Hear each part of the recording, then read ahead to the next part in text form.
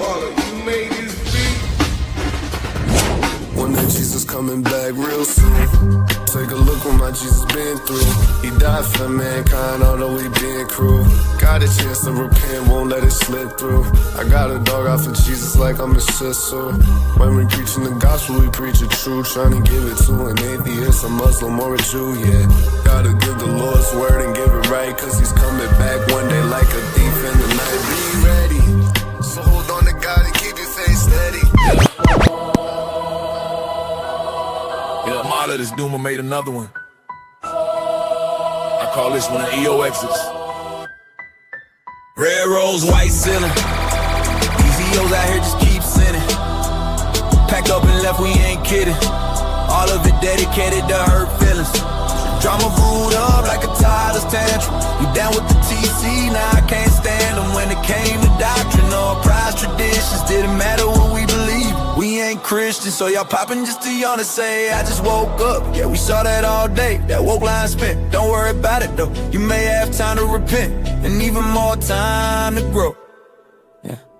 Don't wanna talk doctrine, I just woke up. We can pray but you ain't saved, man. I just woke up. You can't even talk to Marla, I just woke up. Wait, did you just call me modalist? I just woke up. You can't ban me because I quit. You can't ban me because I quit. You ain't EO, you ain't EO, you ain't EO. I quit. I quit.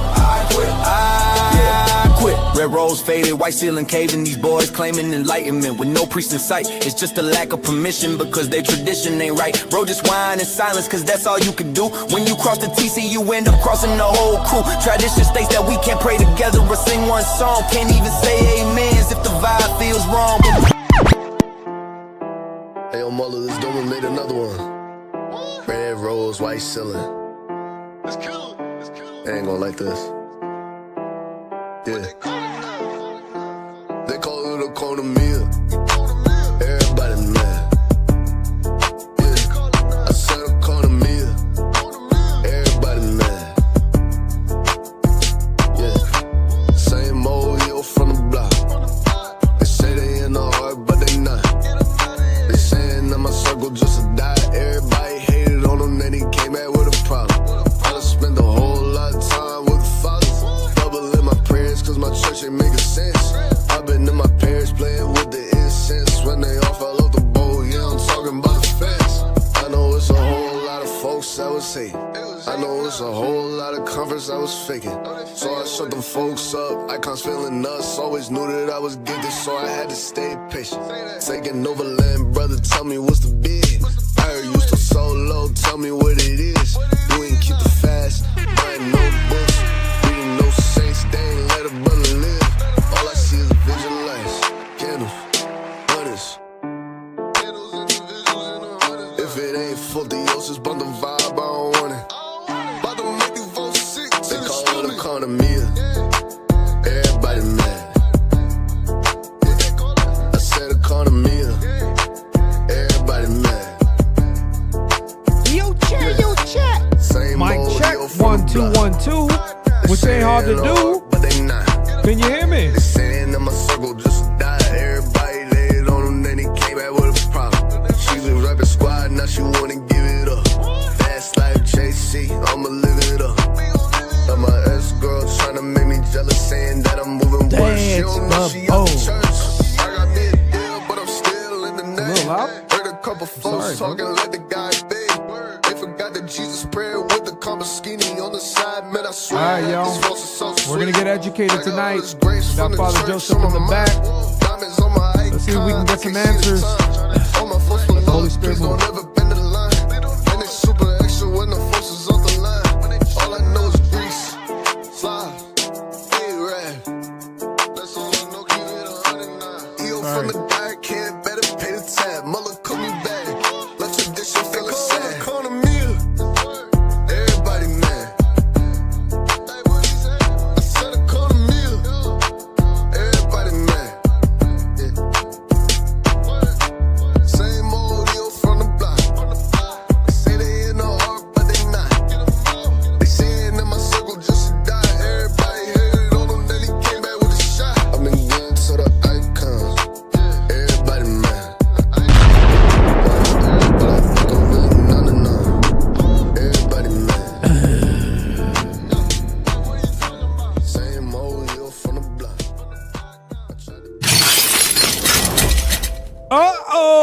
Are we live? Let me adjust my joint. We are live in effect.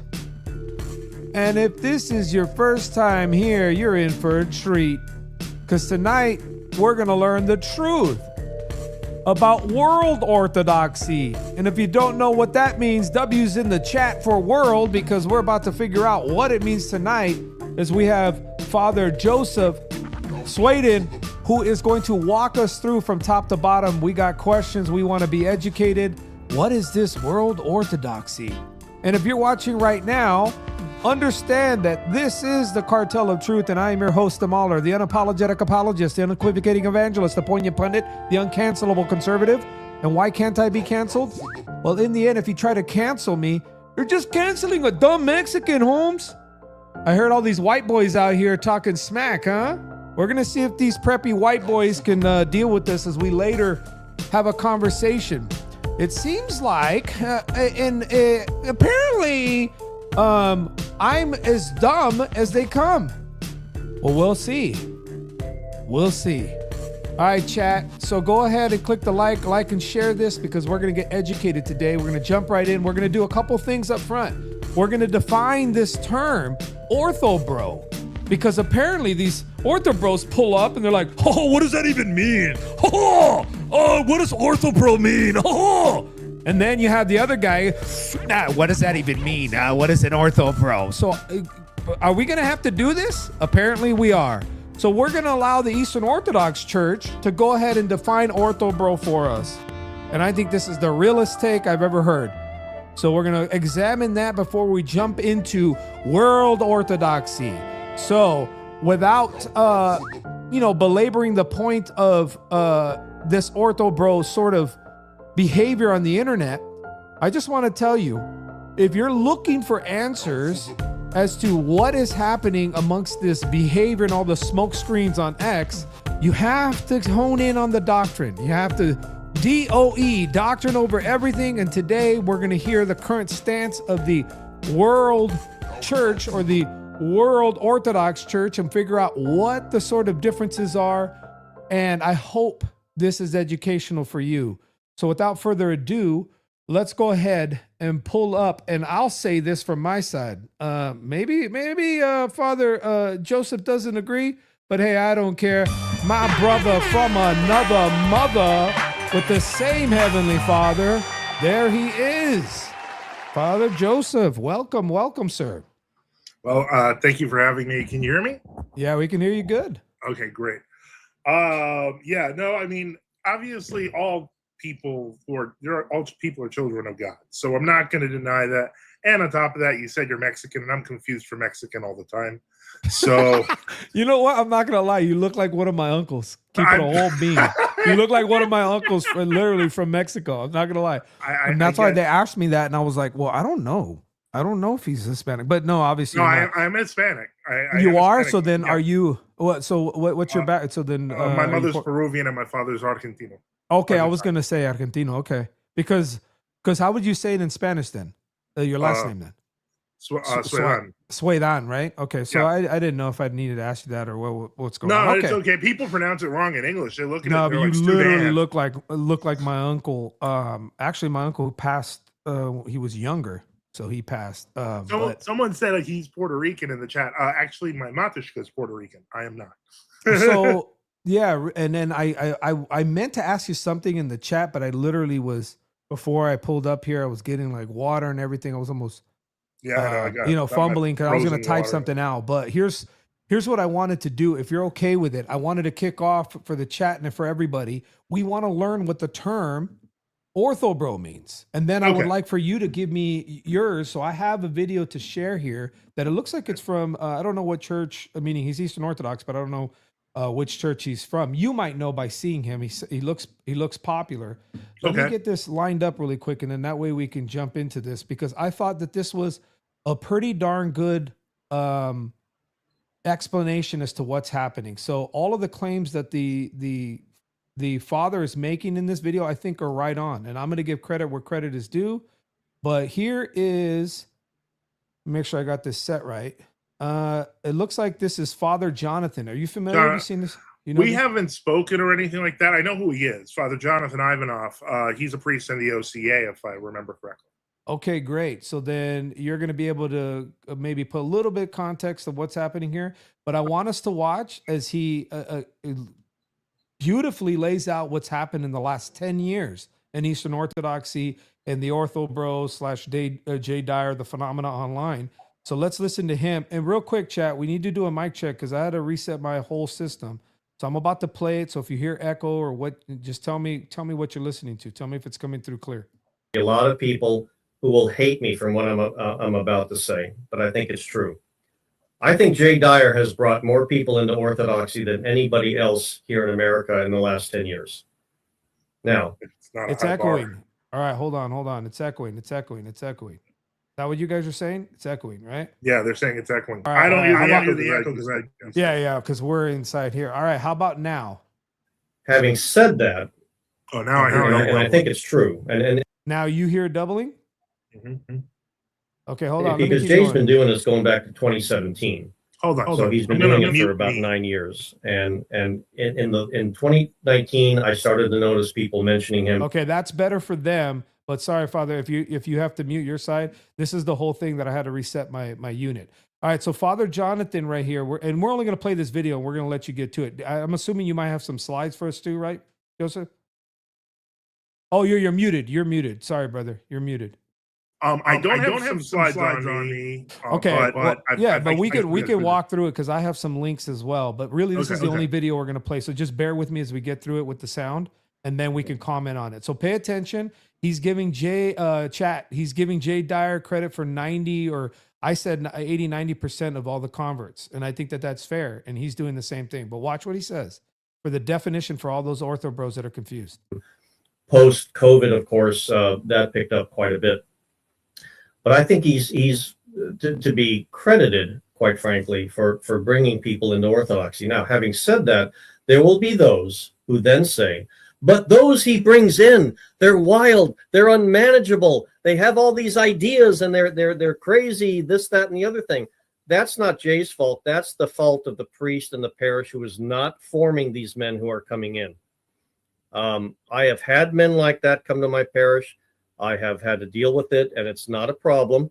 You just have to sit them down and say, okay, whatever you've heard online, now you're going to hear from me as your priest. This is what you need to do. This is what you need to believe. This is how you have to act, and so forth. And if they don't like that, they're going to leave.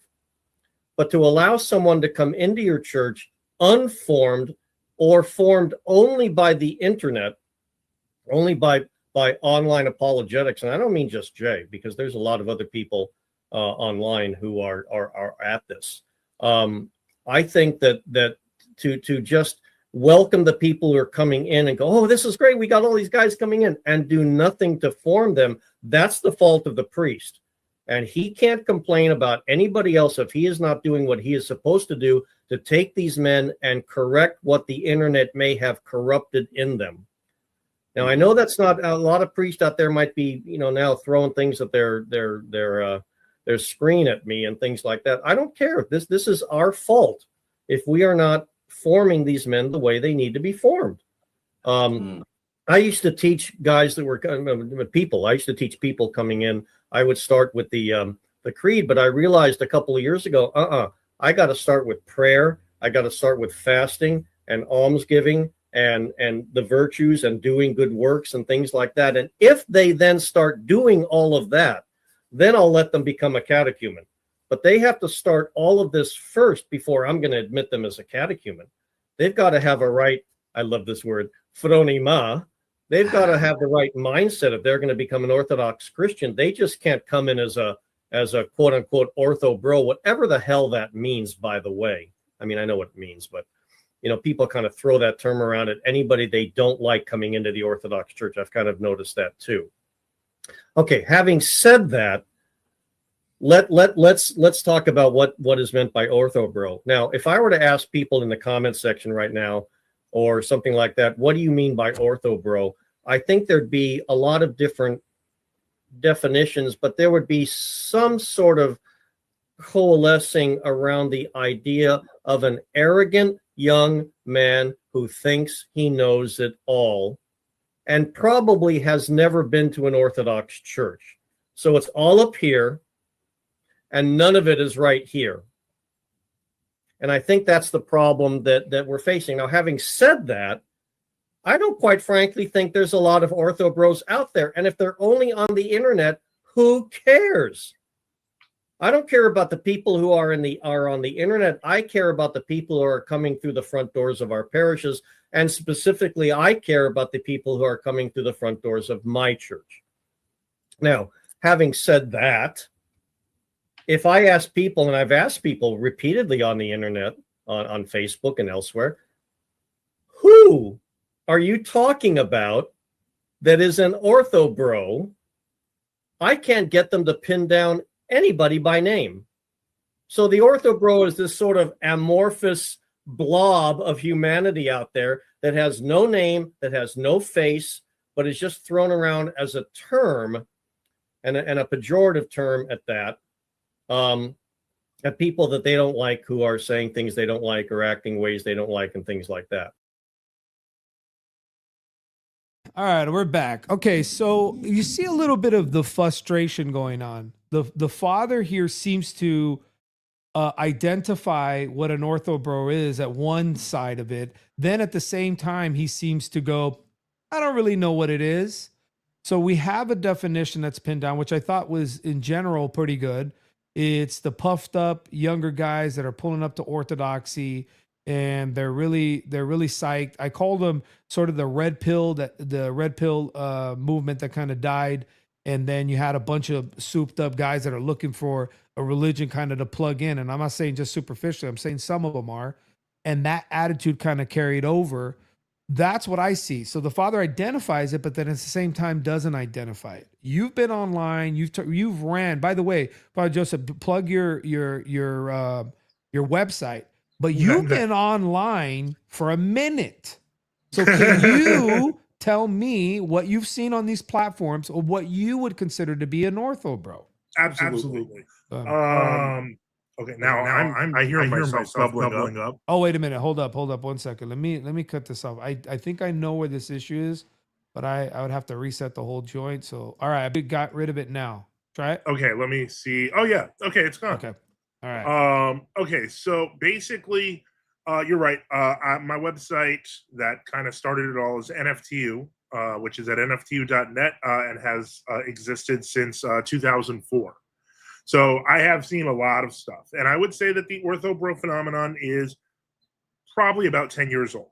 And just a little So under the that. Father Jonathan said the same thing. He said around 2017, right? Yeah, that's accurate. And Okay, I would say right around that time, and it started with the move of J. Dyer from Catholicism to Orthodoxy.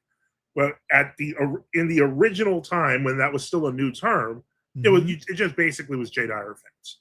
Right. And one thing that I learned pretty early on, and I know a lot of people are going to be upset by this, even though it's still to a large degree true.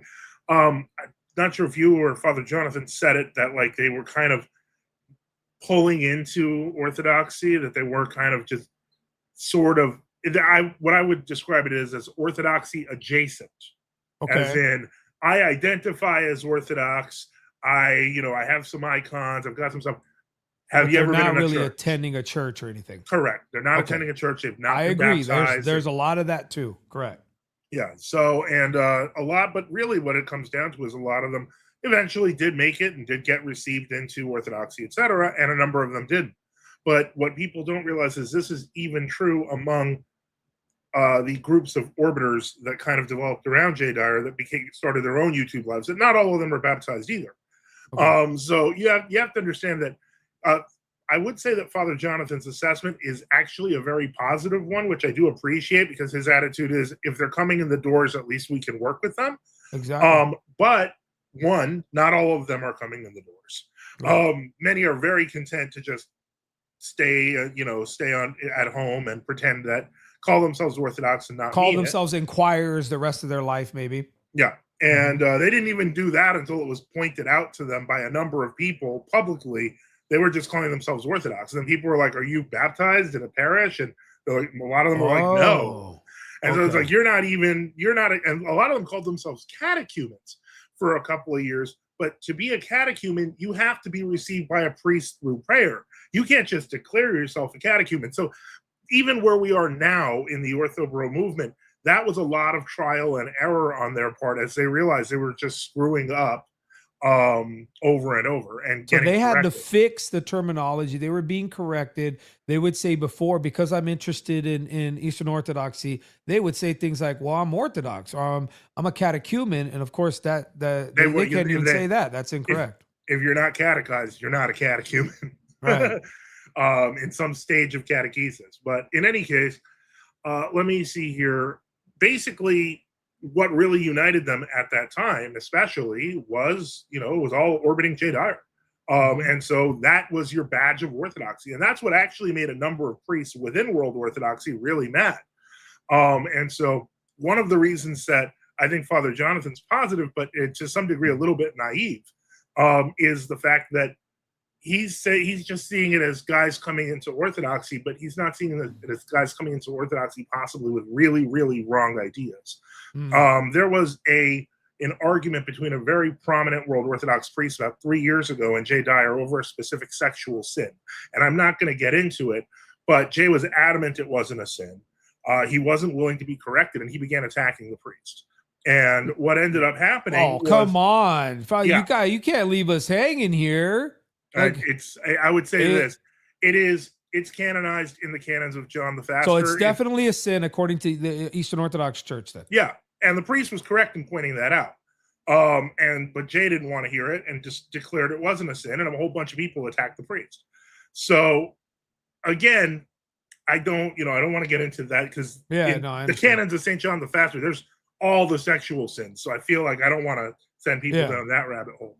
But the point I'm trying to make is that when we're talking about like a counter quote unquote authority to the priest, yeah, to some degree, Jay has been that. And that's why a lot of people in various World Orthodox hierarchies don't like him.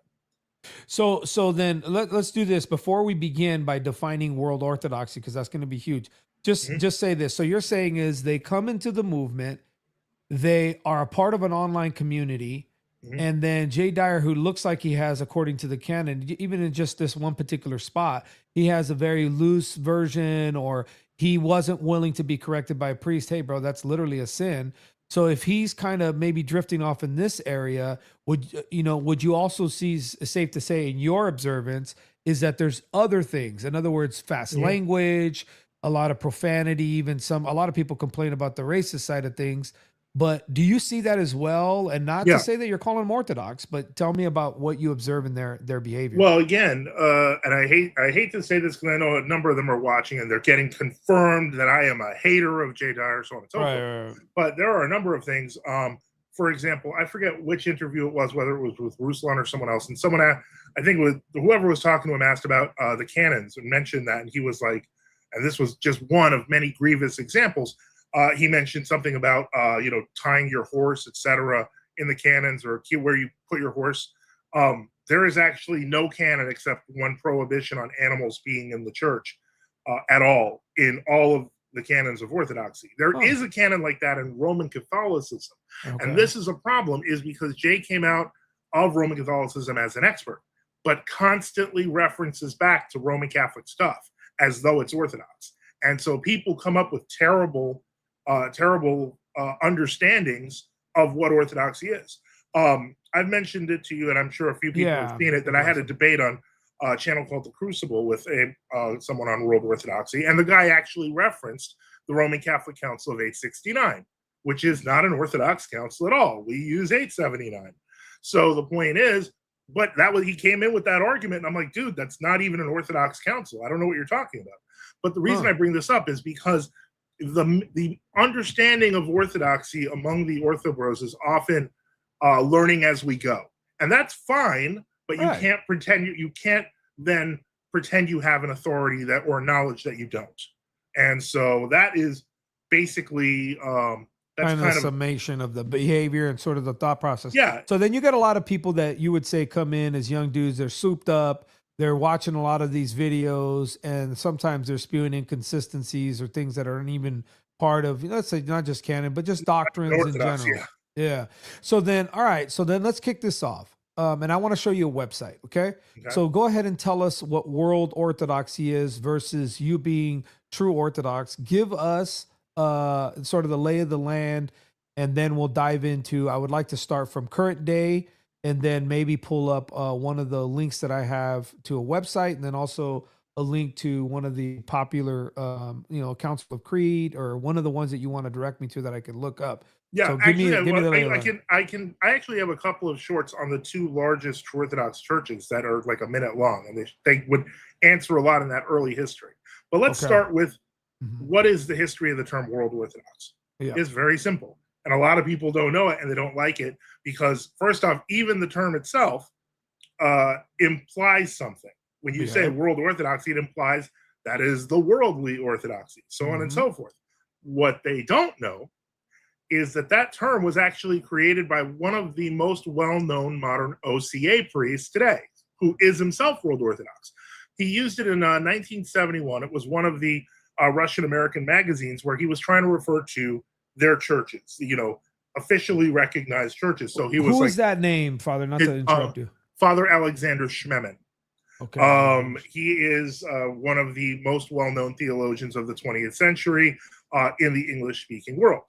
And he used the term in a magazine article. He said, "Us world Orthodox," and he was responding to traditionalists who were angry, would be us.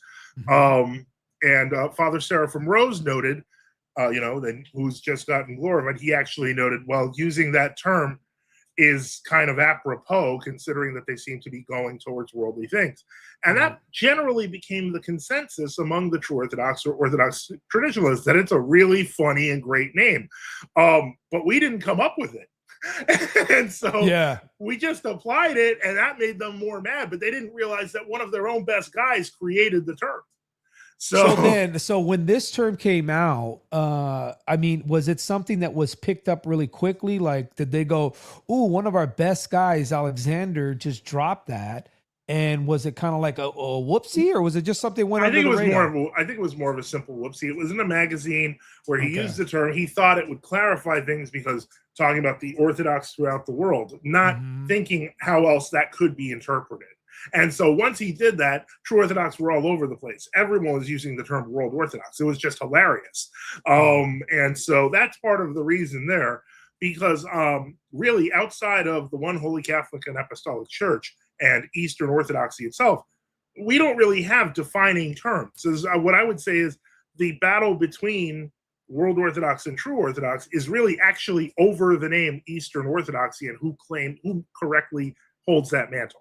All right. So this is it. Okay. So now you're helping me out. All right. So world Orthodox is what the Orthobros are currently in, the current church, correct? Correct. Okay. Now tell us about true Orthodoxy, where it came from, when did it start, or are you still holding on? No, it's always been here in the schism. Tell me about Well, this. I actually have two useful history videos that are a minute long, if I may share them. Yeah, if you wanna Give me just just put a them in moment. Yeah, I got a short here. I got a couple of shorts, so let me do that. I'll put it in the chat. Give me a second. Go to my channel, because I don't make many shorts, but I made a couple, and they turned out to actually be kind of popular. So I kept them. Let me see if I can find them. You got it. Here we go. All right, so here's these two, and hold on.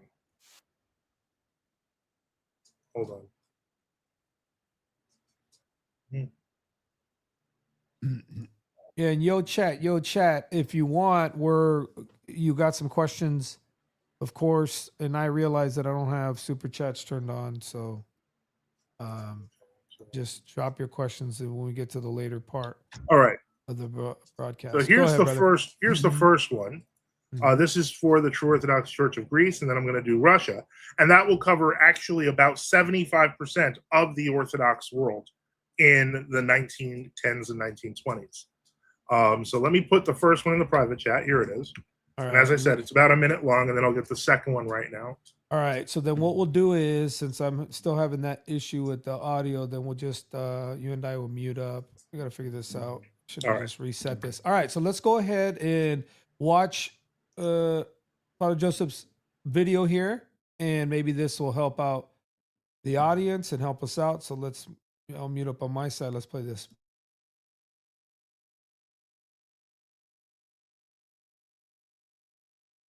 Church of Greece in 1924, having switched to the new calendar and signing on to the Ecumenist program of Meletius Metaxakis in 1920, caused a massive uprising among the Greek people, many of whom were willing to be martyred for the faith.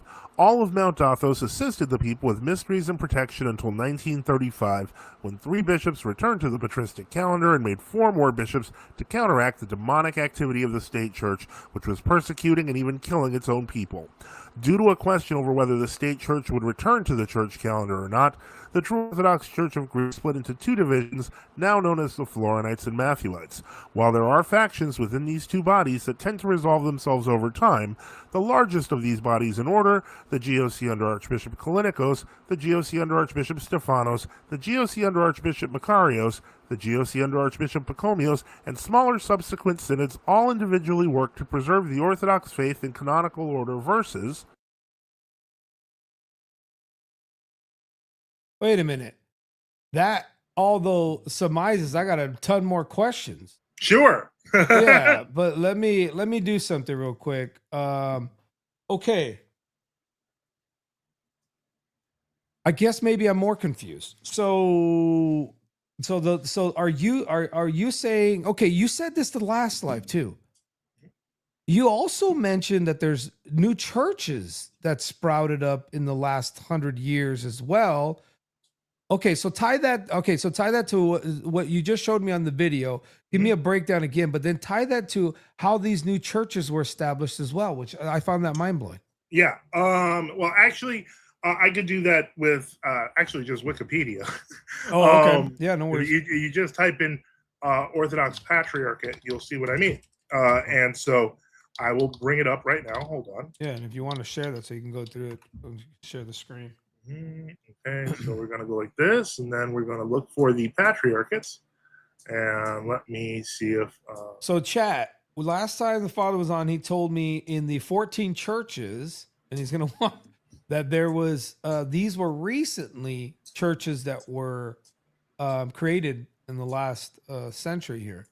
So this is going to tie into this breakdown a little bit. So if you want to go ahead and share your screen. Yeah, that's what I'm doing right now. Give me a second. You got it. Okay, so here we are. This is the one I want because this is the one that has the dates. So you'll see that there are historical churches, and then you'll see that there are brand new 20th century churches. Right. So if you look here, and I just put that up there. I put a link to the Wikipedia. All right, All right. So you'll notice that you have the ancient patriarchates. You can find these in the Holy Fathers. So if you scroll down a bit, let's see here. Keep going. And so you'll see jurisdictions.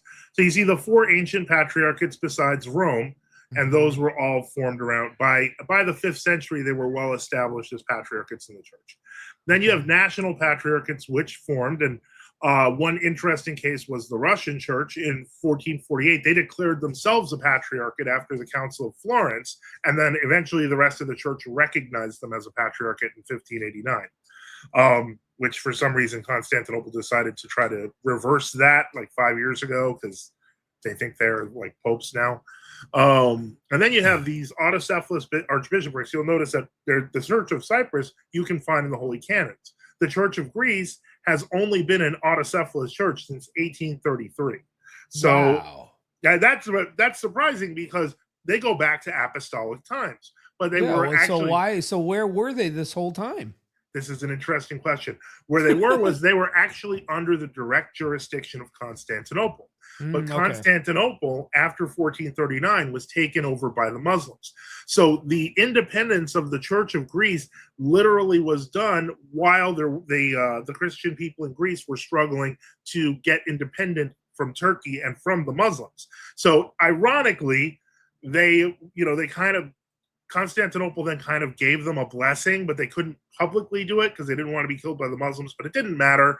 They declared themselves independent. The Patriarchate kind of waived it. And then the Muslims were like, you planned this. And they murdered him in front of his cathedral.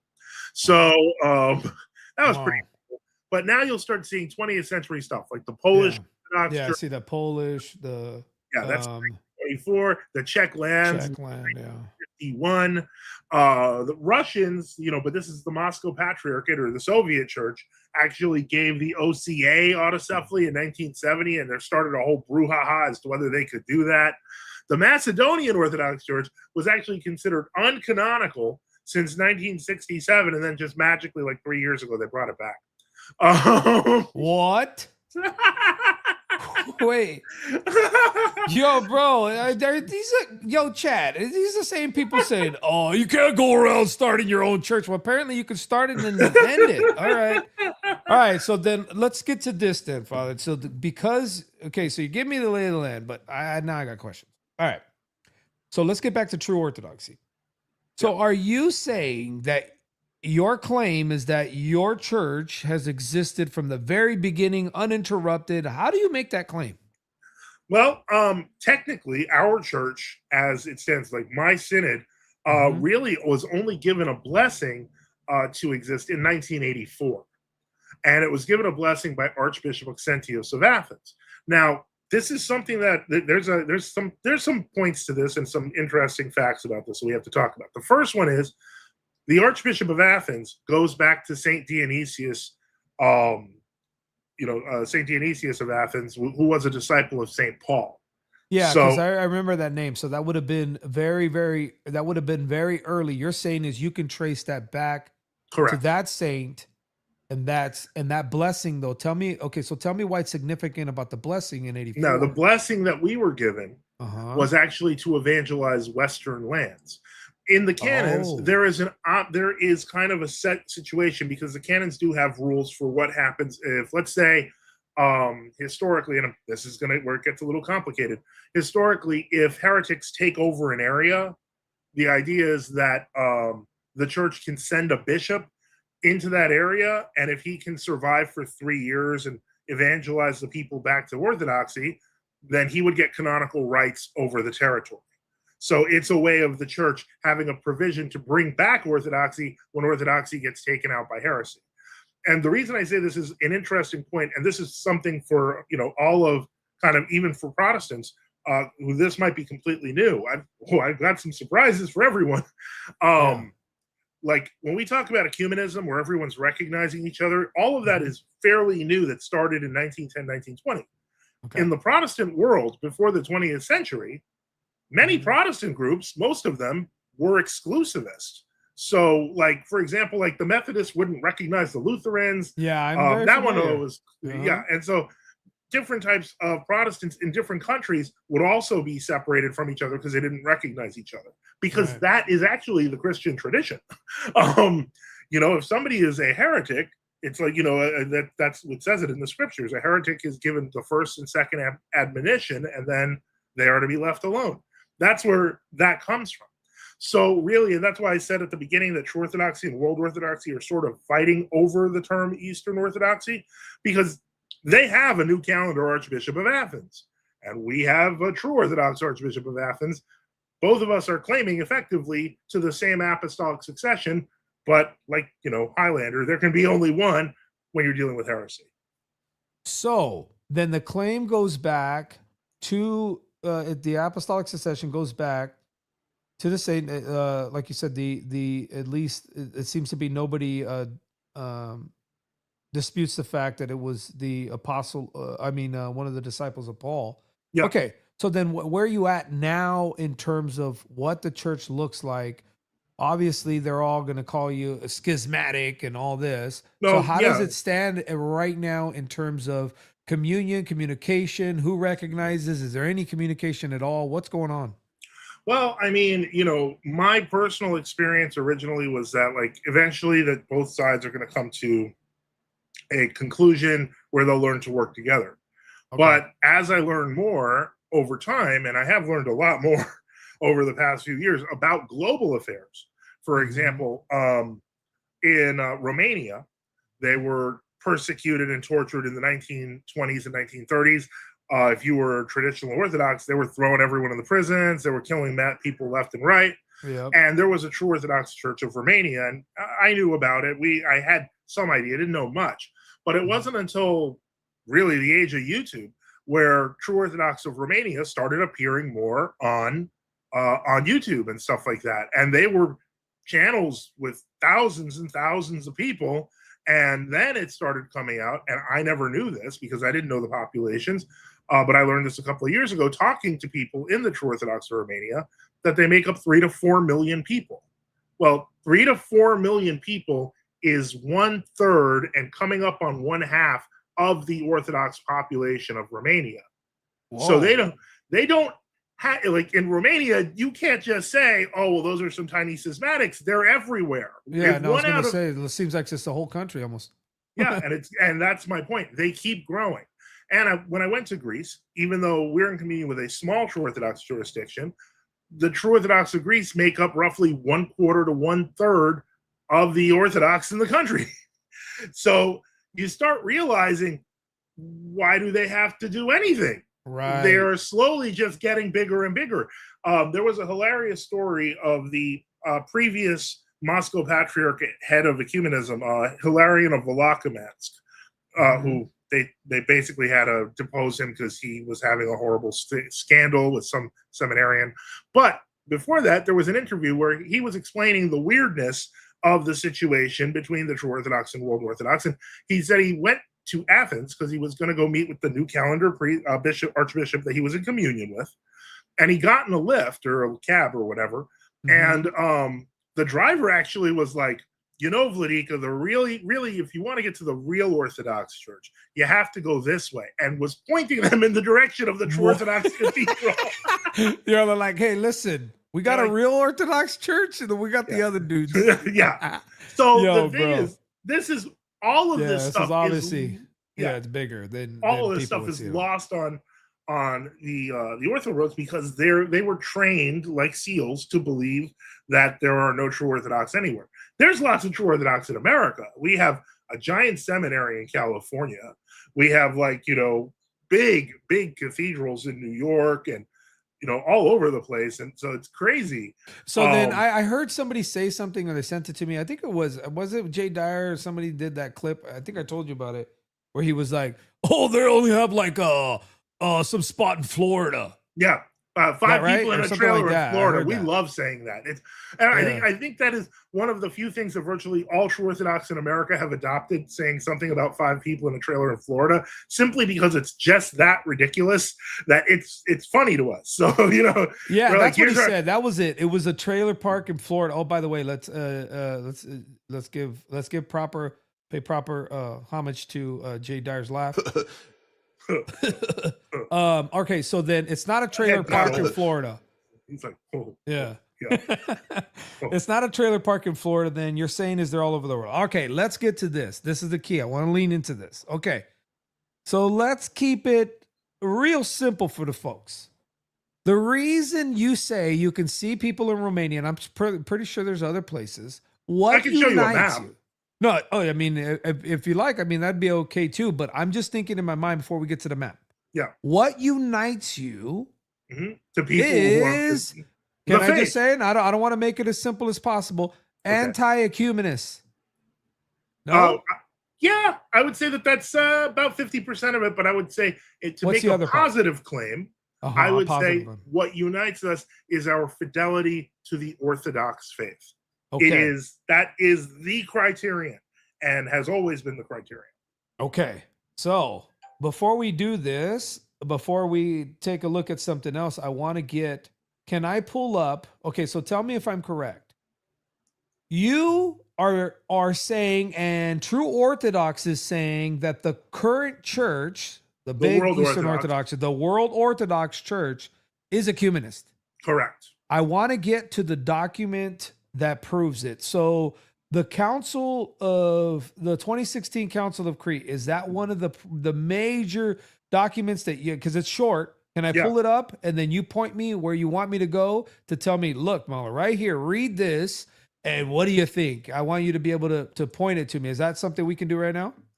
It is. I just have to the text of that are somewhat large, but they're, the one reference. I think I have this one here. I don't know if this link works. I mean, we can zoom in here, but this is this. Okay. Do I have the right? The holycouncil.org. What's the? Okay, yeah, that's it. Okay, this is it, right? Okay. Hold on. So then guide me. You know this document. Tell me where I should be going. I have some highlights here. Okay. But tell me when we read this, where you're like, right there, Molly, can't you see? It's clearly ecumenist. They're using the title church for other churches. Where should I go? Okay. Well, let's take a look here. So we can start with relations of the Orthodox Church with the rest of the Christian world. Okay. So is that here up at the top on That should be on the main page because it's one of the main documents. Okay. So then should I go to documents? Let me see if you can go to Is official documents. Is this like not? Yeah, you could find it on official documents. What I have this? Is this like not the English version? Oh, it's in French. Sorry, let me switch. Yeah, you can just click on hold English. on. Sorry. Yeah. Oh, wait a minute. Wait, no. Okay. There it goes. Okay, got it. All right. So here's the list of documents. So where am I going? Scroll down a little bit. All right. This one. Relations that's of the one. Orthodox. Now, it's very important to remember that the ecumenists have had a very long time to work with on how to do the weasel wording. What I mean by that is to say, we still say we're the one true church, but we are praying with lady bishop from the Anglicans, etc., or with a lesbian bishop here. So what they have learned is how to legalize heretical behaviors. So let's take a look here. So if we go to relations of the Orthodox Church with the rest of the Christian world. Okay, let me see here. And I will. All right, so chat, what we're looking at this document, he's going to walk us through, is, as he called it, the weasel language. Okay? Now, here's the thing, chat. Father Joseph's going to point to the weasel language, and ironically, the Orthobros are agreeing with Father Joseph. Correct? Is that a correct sort of? Well, I would say that they would say that they're not agreeing with me because they would say if we were agreeing, you would be part of the church, which is circular. But in one sense, they're agreeing with you that they don't like the language. They're anti-ecumenist. Yeah, they're anti-ecumenist. Okay. But they can't do anything about it. Okay, got it. Got you. All right. So which item here do you think we can start with that? We can actually start at the beginning of the first one. So let's read that out loud because this is all right. So then it says the Orthodox Church is the one holy Catholic Apostolic Church in a profound ecclesiastical self-consciousness believes unflinchingly that she occupies a center place in the matter of promotion of Christian unity in the world today. Is this already a problem? Yeah. Because think about it. If you're the one holy Catholic and Apostolic Church, then you're already united in Christian unity. So who are you talking about? Yeah, it's like in chat, are you guys watching this? Okay, so Father Joseph is saying, I got a problem with this language. But you know what, Joseph? You know these guys cope. They say this is just unofficial terms that we use with the world. It's colloquial. It's like it's just this thing that we say. They're saying there's nothing loaded. There's nothing behind it. It's just simply a way to be nice, to call other churches church or Christians Christians. Yeah, it's just being nice in a way. It gets worse. It gets worse. All right. So let's get to the worst part. I did see a comment that I do want to address because Orthodox says, ironically, the Orthobros have the same attitude about Protestants and others that true Orthodox do. I would venture to disagree. And the reason why is because if I already know that somebody is outside the church and the tradition says that they're outside the church, let's say that, you're a Protestant, you believe in, but you have a belief in Jesus Christ, but I would say that that's not correct, etc. But I understand these things. So I'm not going to get upset about it. Right. And the reason that the Orthobros get upset about it is because they know their leaders are saying things like, these are our fellow Christians and our brothers and sisters, and they don't want to say that. Right. So I think it's best put, I forget if it was their elder Porphyrios that they declared this in or something. And he's like, I hate ecumenism. It gets me angry. None of us are angry. We're just not in communion with it. You're angry because your conscience is burning you and you know you're supposed to do something else about it. Yep. And so that's why they're angry. Are you guys listening to the logic that Father Joseph's putting forward, chat? He's essentially saying, you guys are in a pickle, a conundrum. And you have to be able to talk us through why you're in this situation. So Give me some of more of the weasel language here that you think is in here that's absolutely. powerful. So let's we go through number 2. Number 2 is actually not terrible. Okay, It does this kinda looks almost down the track. expresses the Orthodox position, but in the context of these other bad statements, the meaning is changed. Okay. So, like it says here, for example, this unity is expressed through the apostolic succession and the patristic tradition and is lived out in the church to the present day. But the question here, as you will see later, is, are the Orthodox the only ones that claim apostolic succession? We know that that's not the case. We know that Roman Catholics claim apostolic succession. Non-Monophysites claim apostolic succession. Nestorians claim apostolic succession. Many Anglicans claim apostolic succession. So what do they mean? And I say that that's important because, as you'll see in future numbers, it switches the goalpost from the church is united through apostolic succession to everybody who claims apostolic succession is part of the church. No way. I got to see that. You'll see this. You'll see how it goes. Wow. So let's get to number 3 and watch what happens. All right. So the responsibility of the Orthodox Church for unity, as well as her ecumenical mission, were articulated by the ecumenical councils. But okay, hold on a second. I'm just going to ask you about this, but I think this is later in the document. But that reminded me of something. Okay, so these stress most especially the indissoluble bond, the unbreakable bond. So the unbreakable, right? Bond between true faith and sacramental communion. Hold on, let me move my screen here. Okay, so hold on real quick. Don't they have an issue with this definition? Yeah. Okay, so then school me on this. I've been reading this stuff for the last few weeks. Yeah. I'm just learning the definitions, the words. This is a perfect example of what I'm referring to as weasel wording. And then so zone in, because I'm thinking of something. You know what I'm thinking about, but share it with the audience before we go back to the document. What is it that I'm zoning in on the ecumenical? Have they defined that? Well, that's the problem. The ecumenical councils are by themselves already defined. They have minutes. They have information like just like this website, which claims to be a semi-ecumenical council, depending on which World Orthodox you talk to. Like, for example, someone in the Greek Archdiocese holds that 2016 is an ecumenical council, just like the Council of Nicaea, etc., or more like, I would say, more like the Palamite councils, because they're pan-Orthodox. But practically, they have the same level of discipline. The problem with number 3, the responsibility of the Orthodox Church for unity, as well as her ecumenical mission, were articulated by the ecumenical councils. Right. But how did it do that?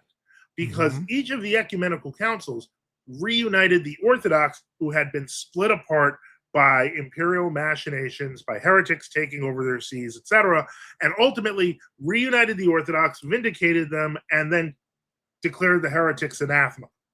This is literally the opposite of what they're doing, because have you ever seen the Assisi picture in 1986? No. Oh, let me send you a picture of this. This is funny because this is what they mean, these modernists, by ecumenical movements, and this would have made everyone in the ecumenical councils, including the heretics, horrified by this sort of so-called unity. Hold on, let me just put. Oh no! Am I going to be shocked? I don't know. Maybe this. Oh, this is a nice quality picture. Let me put this here. I'll send you the image address, and you could share it. And this is what ecumenism means to modern people now. That's joint prayers with just about every. I put it in the chat there. Oh, I have not seen this one. I've seen another. I guess maybe a variation or version of this. But this is the 1986 right Assisi. Yeah, I was gonna say this is Pope John Paul, right? Here. Okay. All right, hold on. Look at this chat. So there's the image broken down. Yeah, you have the ecumenical patriarch right in between the Pope and the Archbishop of Canterbury of the Anglicans.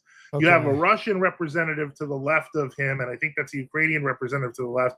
On the other side, you have the Dalai Lama. Yep. I forget what those other religion guys are called, but there's some East Asian, East Asian syncretation thing. Mm-hmm. And there's other images that you can pull up where it shows like Native American, like pagans, like celebrating. It's all mixed together. This canonically in the canons of the Orthodox Church, It's not allowed. it is forbidden, and more importantly, anyone who engages in it should be suspended or deposed. That is how seriously they took it. So wait a minute. So if this type of activity is happening, Yep. and you have the ortho bros that are going on, we're against this, or other priests, and I wanted to show you a website on It that. makes me so mad. Yeah, it's like I'm so upset, but then what? You literally, so then they do. You said they can't do anything.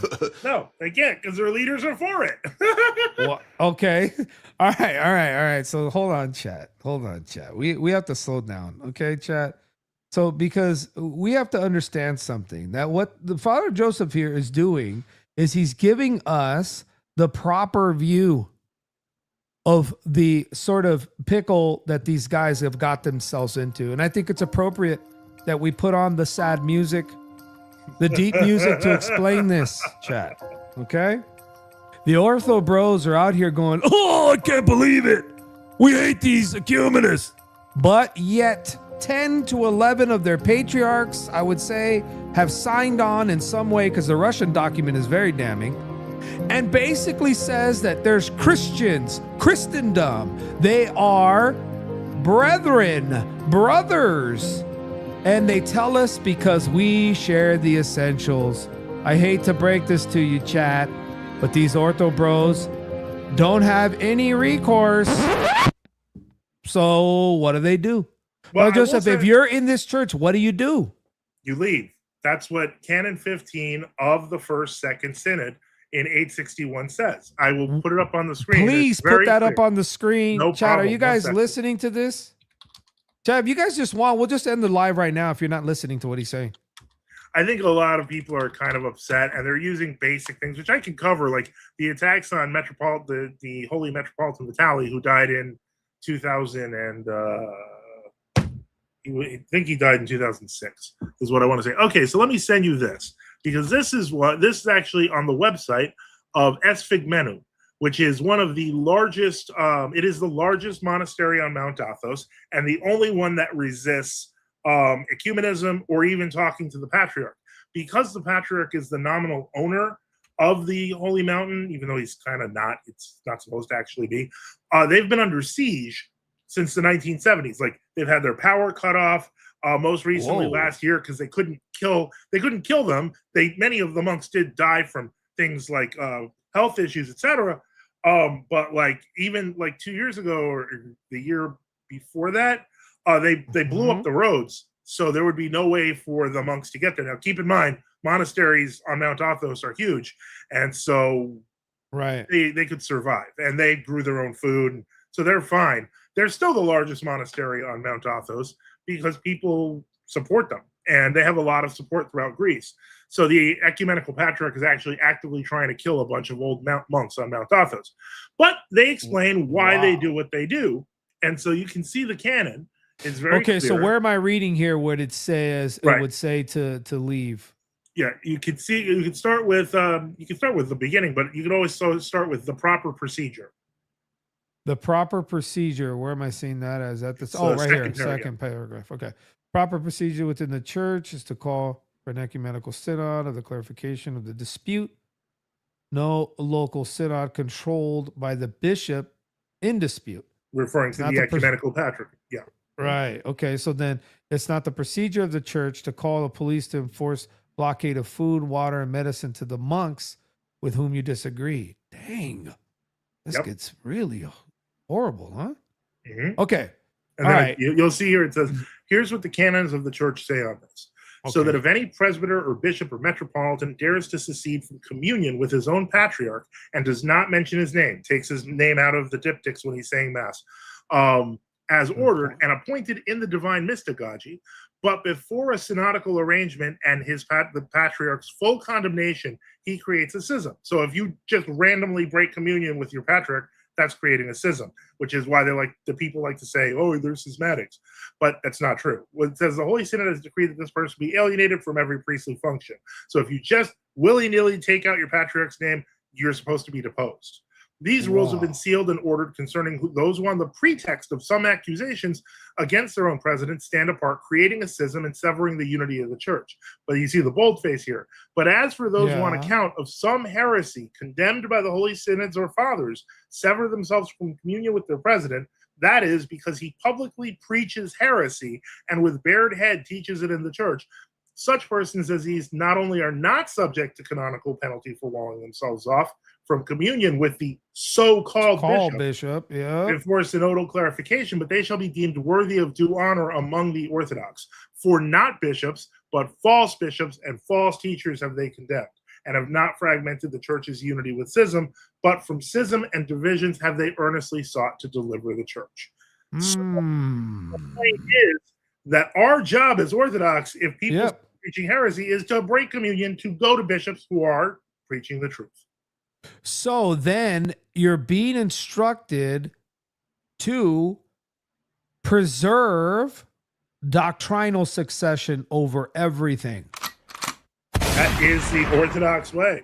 Bingo. All right. So I'm already being told, Mueller, can you let somebody up here and challenge him? Oh, so please. I'd love to. Yeah, I know you would. Okay, so let me ask you a question. Joseph, would you be willing to debate like somebody like, Jay Dyer? Not only am I willing to debate him, actually last year I did a 90-day challenge after he said those lies about the trailer park, and he didn't respond to it. He started saying I didn't have enough followers, stuff like that. But in the end, basically, now he says that I'm part of, like, we're all CIA agents and we're out to get him. So...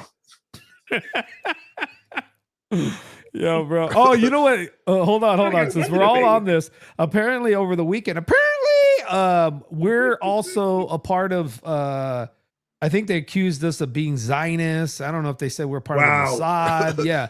It doesn't know the position. He thinks that, I'm that's not my position, by the way. I'm not a evangelical Zionist or whatever. But anyways, it's just funny to me how they all start to just try to throw out these things. So I saw a video the other day too. I don't know if we should expose it, but I sent it over to a couple brothers, and it's where basically you might find this interesting. I think it's legit, but I'm going to play it anyway. And guess what it is? It's one of the fathers that I think are a little bit popular right now. Let me see if I have it. Sure. And he is telling us this is how you deal with people that disagree with you. So apparently this is audio, again, allegedly. So let me click it because I sent it over to a couple of the brothers that we have in the chat. And the commenter who says, I left ROAC. I left as a layman. I was never a priest in ROAC. Okay. Oh, okay. So yeah, tell us that real quick. So then your background is you came into the church, and then when did you left? Because I think you told us that last time. When did you move over to True Orthodoxy? I actually started in True Orthodoxy. Oh, so you did? Okay. I was originally a Roman Catholic. Oh, okay. And what ended up happening was I came into Orthodoxy in 1997. Now, back then, the Row Corps was kind of in between. They were in communion with a lot of true Orthodox people, so on and so forth. But it would be a few years later that they would want to move towards the Moscow Patriarchate. That's how Metropolitan Vitaly got persecuted, because he didn't know that they were planning this behind his back. It's really a tragic story what happened to Metropolitan Vitaly of blessed memory. But the point is, I was just a catechumen, and I watched as the ecclesiology and Row Corps flipped. And I went over to some Greek monastery in Boston, where people had mentioned, "Have you been there?" And I decided to go there, and their confession was fine, and their bishop baptized me, and so I was always True Orthodox. Oh wow! Okay, so True Orthodox from day one. Yeah. Well, look at this, because I think what's going to happen is all of this is going to get turned up, but apparently this is allegedly audio from, do you know this father here? Father Stephen Jay DeYoung? Dyer's favorite priest, celeb co-host, Father Stephen DeYoung. Funny you should mention him. Well, listen to this, because apparently this is, allegedly, this is the way they deal with people they disagree with. Let's see if we can catch this audio. I've never 'Cause there's seen a- this, by the way. 'cause Yeah, I haven't either. I saw it would- earlier. I would and- remember if I saw Father Stephen DeYoung with a bunch of M&Ms. a Well, bunch of yeah, candy. well, I it mean, looks like I'd it's. remember. It looks like it's just a shot. So, like I said, I say allegedly because I don't know. This was just a source on X. Apparently, this gal has audio of him saying, "This is how you deal with people you disagree with." Okay. So you settle this with ridicule and, if necessary, violence. So far that sounds like his voice, but it looks like he's That's his speaking. voice, but I couldn't totally understand him. Yeah, Is there a so way what you he can was hit saying, the CC yeah, on it? yeah, I tried to get it as loud as possible, but it's her recording. It's a gal recording of a recording. It sounds like he's having a conversation with some gal. I don't know if it's her, the one in the video, but essentially, how do you handle disputes? And he says essentially ridicule and violence. And then they start laughing. So I'm just trying to figure out what's going Nice. on because I don't know anything about this guy, but apparently he's popular amongst the Ortho Bros. Yeah, well, I didn't know much about him. I knew he worked on a Bible translation or some text that was about biblical interpretation. But most recently, I started hearing about his use of the term divine counsel. And this is, I believe, Wait a minute, isn't divine counsel language from what's his name who passed? Michael Heiser, I believe Heiser. it is. Like, this is Yeah, all new yeah. to me. But apparently, I didn't quite understand. Like, why didn't he just use celestial hierarchy, which is the traditional term that the Orthodox Yeah, I was gonna world say use? that was definitely Heiser's. I'm not sure he invented it, but he popularized it in the last 10, 15 years. Yeah. I mean, it seems to have been like some like old Judaic pre-Christian pagan sort of thing where they kind of viewed the angels in a pantheon. Yeah, that's and insane. it's kind of a directly a council that they show around the Lord, and the Lord is in this council. So The only thing that even resembles something like that is the 4 and 20 elders of Revelation, but that is definitely not what they're talking about because Of they're course. including the angels and I calling agree. them gods, which is insanity. Okay, so Um, let me do this. Let me mute this and let's play this through. I'm gonna mute so that it's not auto the doubling. I'm gonna mute real quick and we'll just play this through. Let's try to listen to it and I'll try to make it out because I'm trying to see if you or I are gonna agree on the tactic. Especially when I grew up in the 80s. Okay. So you settle this with ridicule and, if necessary, violence. You make fun of them, and if they get really pernicious, you punch them, right? Like, I think. Sorry for my Gen X approach, but that's. I know. I mean, I hear it. Like, answer not a fool according to his folly, but as my famous. Sometimes you do answer a fool. Yeah. Sometimes you have to answer a fool according to his folly. Or maybe just question the fool. Maybe don't answer him. Maybe ask him some questions like, why would you punch somebody? Why would you mock and ridicule somebody? Like, there has to be answers. Right. I can answer somebody. I can rip somebody apart without standing on a stage with an equal-sized podium next to them. Right. And, like, shaking their hand beforehand and acting like, you know. Well, he certainly didn't shake his hand. The debate on the platform, he can rip this guy for 3 weeks. He has a bigger audience, right? Is that a proper way for an Orthodox priest to teach and speak in public? To say that if you have a bigger audience or a podium, to just use that to mock and ridicule and rip people apart? And now he's going to make fun of somebody that was excommunicated. There's nothing funny about excommunicating somebody. How is this funny? Right. I mean, Matthew Heibach was dealt with he got excommunicated from the Orthodox Church 3 times. I don't know if you know about that. He got excommunicated from an Antiochian church, and so he snuck into a Russian church where the priest barely spoke English. Okay. And didn't know he'd been excommunicated. But then as soon as his bishop found out he was there, he got excommunicated from that church. So the Antiochian church excommunicates a man and their priest, Father DeYoung, who is, by the way, recommended by other priests. When catechumens come into churches, or young people, or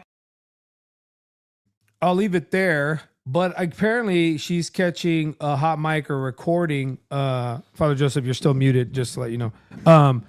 And basically him, having a good time. We don't have all the context, but my point is, it seems like you and I know you've been ridiculed a lot, not wanting to, let's say, debate the topics, right? And I know it doesn't really bother you. Same thing over here. By the way, now that we know Swathen, and I'm Mexican, so then we're a couple of dumb Hispanics. Obviously, Yeah. I'm much dumber than you because you're educated on all this stuff. But this is how they're going to approach this. A couple of dumb Hispanics talking about this. But what I notice is that this is kind of a guy that's floating in their area. I think a couple of these guys have him on, and it does seem like the MO. Like if they are losing a debate, they don't want to talk about the issues. What they're going to do is they're going to start to ridicule you. They're going to start to kind of just move away from the actual topic and not want to debate. Is this some of the stuff that you've experienced in this topic that you've been wanting to debate? Oh, absolutely. I would say that this has kind of been the MO. But really, I've always seen that as kind of what Jay Dyer does, because he uses mass block lists and stuff like that. To hear Father Stephen DeYoung say it is kind of gross. And I don't know the guy well, but that leaves a bad taste in my mouth, because unfortunately the true Orthodox throughout the world, whether in Greece or in Russia or in Romania or in Bulgaria, they've seen the violence. They've heard of people who were martyred literally by state police for protecting the tradition. In Russia, that was in the thousands. I've heard of if that. not the millions, but at least the thousands in terms of recognized martyrs. And for people to be like, the answer is probably violence. I myself have personally, ever since we've gotten more visible in the past 3 years, the true Orthodox on the internet, I've heard actual people say to me that I should be thrown into an asylum and my property should be confiscated. That's a direct thing the Soviets actually did to true Orthodox clergy. So when people say, "Oh, these are just random schismatics," and then they say the same things that these evil psychopaths who took churches by force say, and then say like you deserve it, tells me that I think we're on the right path here, because you're saying the same exact stuff as your spiritual ancestors. Yeah, it seems that's evil. Yeah, it seems like it's the same sort of rhetoric that maybe starts as a joke with laughing, but as soon as they have power, it becomes reality. Yeah, and they don't have power here, so they hate. Yeah, of course, and thank God that they don't.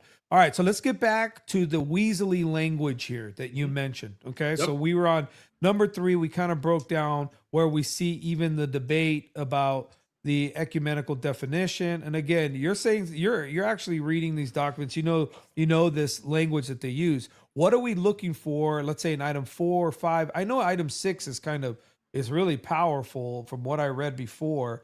It just seems to talk about this term right here. So tell me about this. Is this something? Go ahead. Well, I was going to say that the traditional view of the non-Orthodox is it's just what St. Basil said in the 4th century. People fall into heresy, schism, or unlawful assembly. And those 3 things are defined as follows.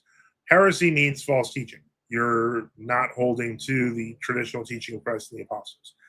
Schism is separation from the ecclesiastical body to try to form a parallel body without reason. Like there's no heresy involved. The people are Orthodox, it becomes like a personal reason. This is what happened with Donatism. And then finally, unlawful assembly, where a guy just says, you know what, these guys, the church is wrong. We're starting a new assembly and claiming it to the rank of the church, which has happened historically many times. So the concept of the non-Orthodox Christian churches is largely recent. And I would say that you don't really see much of it until the late 18th century, which is true of basically, again, almost all the churches throughout the world. The Roman Catholics weren't involved in ecumenism until around 1930. Okay. Protestantism wasn't involved in ecumenism until 1910. So nobody had this concept of non-Orthodox Christian churches. Everyone believed that their church was the Orthodox church, whether with big O or little o. Right. The point is, they didn't see this whole ecumenical movement or merging together. So then this language right here is key and crucial to start to expand a wider net, create the ecumenist sort of doctrine, we like to call it. So then tell me, walk me through, is there maybe another paragraph that you wanted to hone in on, or is this 6 good here? Let's continue here, because let's see here. Should I scroll up? Let's go to number 7, because number 7. All right, let's go to number 7. If you want to go ahead and read, is it big enough there for you? I can do that. Yeah. In this spirit, all the local most holy Orthodox churches participate actively today in the official theological dialogues, and the majority of these churches participate in various national, regional, and international Christian organizations, in spite of the deep crisis that has arisen in the ecumenical movement. This manifold activity of the Orthodox Church springs from a sense of responsibility and from the conviction that mutual understanding and cooperation are of fundamental importance if we never wish to put an obstacle in the way of the gospel of Christ. So it's an interesting reading of 1 Corinthians chapter 9, but what's really important here is that their claim in 2016 is that every single major church of world Orthodoxy is involved at the national level. Like if you think of the World Council of Churches, they're all involved. If you think of the National Council of Churches, they're all involved with. So they're in this bucket? Yeah, they're flat out saying it. Yeah, they're in there. I'm not catching it. I'm reading it right now. I'm not catching. But you're saying this is what they mean by this. Yeah. The big church bucket. The world. And it's right there at the first sentence. So they're saying right here in this manifold. Right no, in this spirit. In this spirit. All the most holy. Wait, no. Wait, you're saying this? Yeah. Just finish the sentence. Yeah. Chat. Look at my face, chat. Wait. Remember the Ortho Bros being mad about it? Well, they're all in it. They're all in it. Yeah. Oh my goodness, bro. You know what? We're just gonna end the live right here. We'll see you guys later. Yo, this is crazy. Yo, chat. Now we're gonna have to let this simmer, chat. Yeah, it's a wait, what? Hold on. We're gonna let's do the old school. Wait, what? Do I still have that joint with the dog look? Wait, what? You can't make this up, bro. You can't make this up. Mahler can't engage with the position. Wait, what? What position? I don't even understand the position. What does that mean, bro? So he brings a schismatic priest? Oh, yes. I'm engaging literally with the position, bro. This is your church right here. I'm schismatic because I am not involved in the official theological dialogues or participating in the various national, regional, and international Christian organizations. Yo, this is crazy. To be so chat. So then to accuse me of running, I'm not engaging with the topic. I literally have him on here. If there's somebody in your church, in your World Orthodox Church, that would like to come up, that's an authority, Father Joseph's here. Send the link. I'll send it to whoever you want. We'll drop it and you can pull up and you can prove him wrong that the most holy Orthodox churches participate actively to... Oh, come on, bro. Yeah, Sean is right. Look, the position equals J. Dyer, so everyone is clear. Wait a minute. Which one are you looking at here? Wait. Sean Sidonius. Okay. Yep. This is exactly the point. You have nailed it. But then I'm the one that's getting accused of running away. I'm not running from anything. Me and Father Joseph are leaning in like a couple of dumb Hispanics. I mean, I'm speaking for myself, but hey, might as well throw him in there too. Yeah, that's fine. This is wild. This is wild, bro. Okay, all right. So anyways, drop the link. What do you mean? Why? Are you an authority? I do it. Hold up. I'll talk to non-authorities. Okay, so you'll talk to laities? Yeah. Okay, all right. So let's get through this though. Come on, let's continue here because what I'm being told is that the Orthobros are apparently in a church and their hands are tied and they're a bunch of ecumenists. I'm so angry about it. Yeah, and they're pretending to be anti-ecumenist. Okay, so I'm okay. All right, let's go. Let's move to another portion. So we're number 7 right now. Don't be CIA. Anything else you want to jumps out at you? Let me know. Where are we at? Do you think you want to go to 8? Anything else? Let's see here. What is this? It says dialogue with other Christians. Well, I just think it's huge. So yeah. So let me ask you, according to the way you see it, mm-hmm. You're in World Orthodoxy now, okay? Meaning you're playing you're playing the advocate here, okay? Yeah. Mm-hmm. Does this Christian include Catholics and Protestants? Are they saying that we are in some form of salvation when they make this statement and call us Christians? Yeah. One thing that there is an ardent new calendarist named Ethan Wayne who is popular on Twitter. And ironically, he can't stand the Orthobros. But finally, when I came out and pointed out that he was right, because he was basically saying, no, of course we recognize non-Orthodox as part, within the church. I was like, I know, that's your historic position. And he's like, I really appreciate the old calendarists for being consistent.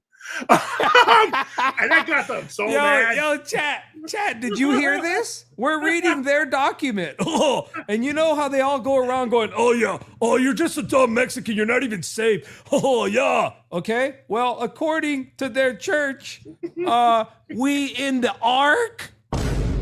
We in the ark.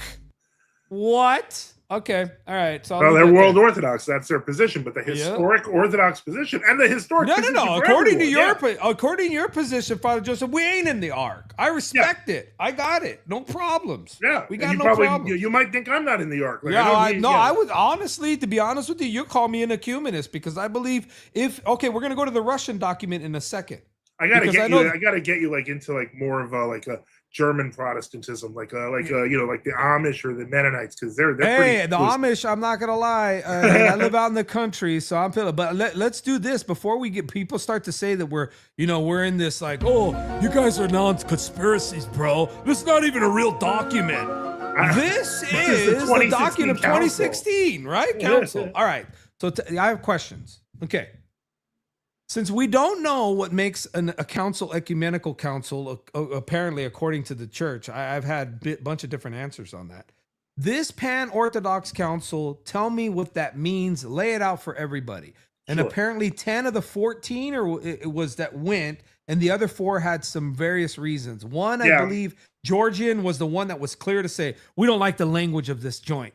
But everybody else was more like clerical. They had some other issues. Tell us about how this. At least one of them groups actually said we just can't make it. It was one that said you're right. One that said we can't make it. I think the Georgians were kind of like, we don't like this crap. They were the only ones that were clear. Well, the Georgians were freer to do that, and that I'm of a mixed opinion on the Georgians because they're pretty hardcore, right? They're at least are they kind of still. Everyone likes to hold up the Georgians, but from a true Orthodox side, we know a little different. And what I mean, here's why the Georgians are not involved in the ecumenical movement and why that may change. In 1996, there was a letter written by the heads of all the monasteries in Georgia to the patriarch saying you must leave the ecumenical movement because they were in the ecumenical movement. People forget Patriarch Elia was himself a WCC head. They wrote this letter and said, if you don't leave the ecumenical movement immediately, we are going to break from you and we are going to join the true Orthodox. And when they said that, that scared the daylights out of Patriarch Elia. So what he did was he immediately was like, we have to pull out of the ecumenical movement. I don't want to deal with any disunity in the church, etc. A bunch of the abbots still left. So he basically got shook down, he got pressed, and then he says, all right, let's back off. Right. So ultimately, that he did actually demonstrate that gave him some leverage among some traditionalists throughout the world that were still in the official churches because they were like, oh, finally, someone's going to do something. He didn't do anything. But the point is, he at least wasn't part of the WCC. A lot of Georgian bishops throughout the years since then have said, well, once he dies, we're probably just going to go back in. Well, he Oh, wait a lived minute. So they're really- going to go back into the Crete under he the li- umbrella. Yeah, but he literally lived for so long that he only died like last month. And so they just elected, he handpicked the guy, they picked Yeah. that guy, but they still don't know whether he's going to do anything. But they literally made a new patriarch like 2-3 days ago or something. Wow, So, I didn't know this. Yeah. Because I'm So- part of that other website that tells me what's going on with the Orthodox Church. Okay. So then you're So- telling me you have a suspicion that they're going to jump in. a hunch they're going to ease Okay. their way back in. Okay. All right. Well, then we'll just call it 12. The reason I say 12 is because you're familiar with the Russian council, or let's say it looks like almost like a pre-outline or preamble to this. The language is very similar in the Russian church. And actually there they lay out some essentials. Yeah. And so I want to go to that document, but before we do that, let's finish up here to point out. So far we had the most holy Orthodox churches that's mentioned, and now Father Joseph is putting us on that. Hey, that means all the churches. What is some other language here in the rest of these areas that you kind of want to look at, if you remember any? Yeah. Well, if you look here, and this is in it, remember I told you about that apostolic succession up, Yes. up further? Look Yeah. at number 8. In All right. number 8, they begin to use actually the language that is used for prayers of ordination. Okay, I see it. And specifically, though, will make up that which is lacking. Now, this is actually kind of I hate to say it's like an in-joke or in-group comment within the Orthodox position, but the idea is this. Oftentimes, historically, when people return from heresy, but they had a rank, they would be read ordination prayers, but sometimes read like very quick ones. So there's like a difference between hierotonia, which is a full laying on of hands, and hierothesia, where you just read the prayers and you just like kind of tap the person. Kind of because you're pronounce it over right, them. right. You're kind of respecting the fact that they had a rank, etc. before. Okay. So that is a historical thing. But the implication of many ecumenists is that by doing this, we actually recognize their ordinations, which is what is that's the reference to what was up there with apostolic succession. So it's a subtle way of hinting that there is apostolic succession outside the body of the Orthodox Church, which is very much not the teaching of the Orthodox Church.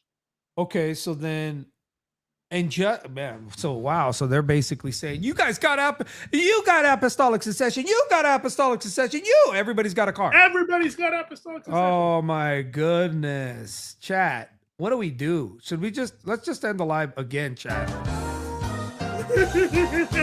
All right, so then let me ask you this. Is it safe to say that even from your perspective, from the true Orthodox, you don't go around willy-nilly using this thing? Oh yeah, Muller's a Christian. You wouldn't even say that. You would say he's a Protestant, an evangelical. I personally could say that from a technical standpoint, as a Protestant, you're formally a Christian. I wouldn't say that, because to go so far, and I don't like doing this, to go so far as to say nobody is a Christian. I'm not saying you, from a technical standpoint, I realize I used to be one of those guys when I was young. Like, I was a jerk. Where I'd be like, no, if you're not part of the Orthodox Church, you're not Christian. But what good does that do? I already can call Protestants heretics. Like, how much worse do I want to make it? Are you inside the church? No. Yeah, but even within your church, meaning, let's say you're having, let's say it's Father Joseph and a couple of other fathers, or even a bishop, and you guys are hanging out. Are you going like, oh yeah, I heard he's a Christian? Or do you say, no, I heard he's a Catholic. I heard he's a Protestant. No, we'll usually use, if we know their denominational term, we'll just use their denomination. Yeah, that's what I figured. But anyways, so I'm getting this. I'm getting the language. And we wouldn't say Catholic, we would say Papist, because we believe we're Catholics. Oh dang! Okay. All right, he corrected me. He's hope worshippers, and now he's one of these papists. All right, so then can I go over to the Russian document? Sure. And I want to get your take on this, because I find a couple of these, these ROCOR guys, they come out as the most hardcore. Tell us a little bit, while I pulled this up, about your opinion of the Russian church. Talk to us about that.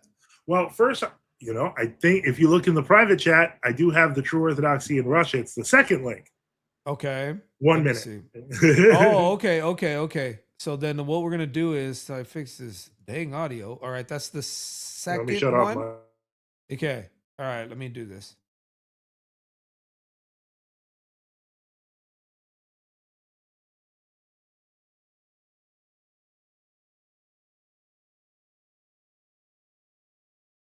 Oh, and the reason they cut off is because they're loops.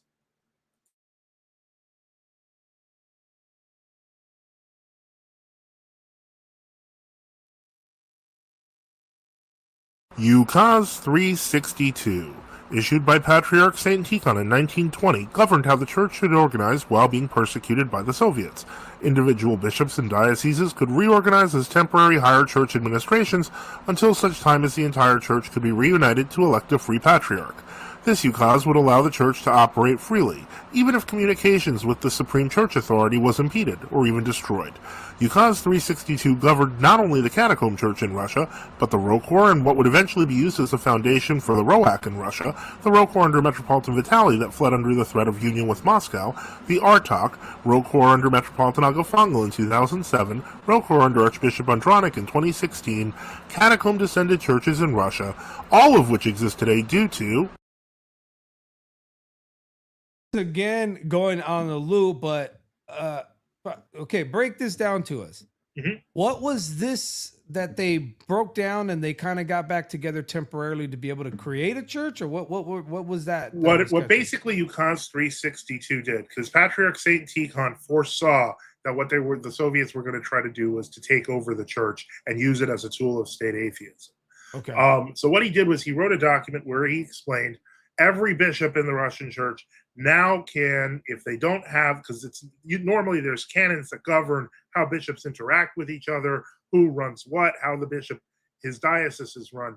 What Ukaz 362 was, it said there's a temporary measure that I'm putting in place. Remember that Patriarch Saint Tikhon was the first actual patriarch, and we would argue the last actual patriarch in like 300 years.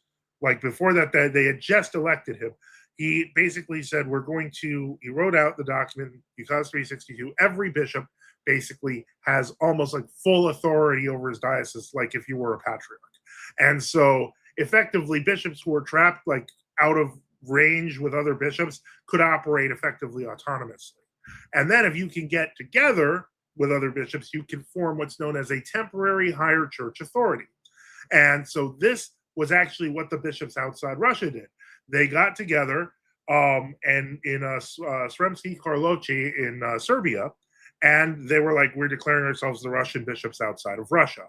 And so that became the Rokor, the Russian Orthodox Church outside Russia. And there were other Russian bishops in America and the Americas, so on and so forth. And they either joined the Rokor or like one group formed the Metropolia, which would become the OCA. But the whole point is that there was a framework there for survival until the Soviets fell, until Orthodoxy was restored in Russia. So basically, all of the kind of true Orthodox that you see in Russia, and there's over 1 million of them there, etc., even though they're heavily persecuted, and all these different groups come from that ukaz of Saint Tikhon. Either A, they come from bishops that use that ukaz to continue surviving in Russia, or more of a majority that descended from the Rokor and then had their authority because they lived in Russia, etc. So then what is the biggest view, considering how they're put together and the Russian bishops outside of Russia? Yeah. So what is the big issue with that, or what do you think is the stickiest point there, or what you see as problematic in their history?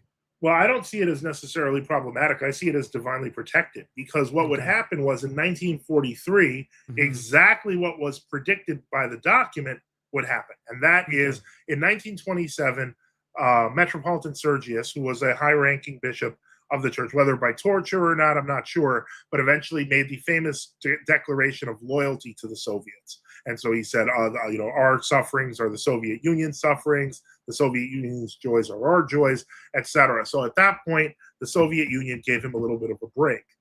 when the war happened, when World War II occurred, they had massive civil disobedience. A lot of people were not going along with it because they were like, hopefully the Soviet Union gets destroyed. And so they didn't support it. So a lot of what Stalin realized was that he's going to need the support of some kind of church. And so he elevated Metropolitan Sergius to patriarch, a new patriarch, and said basically, you're going to, you can have your church, but it will be under our control, and you will do what we say. And so effectively, the Soviet, that got referred to as the Soviet Church, it was seen that way in Russia, outside Russia, by everyone except the Soviets themselves.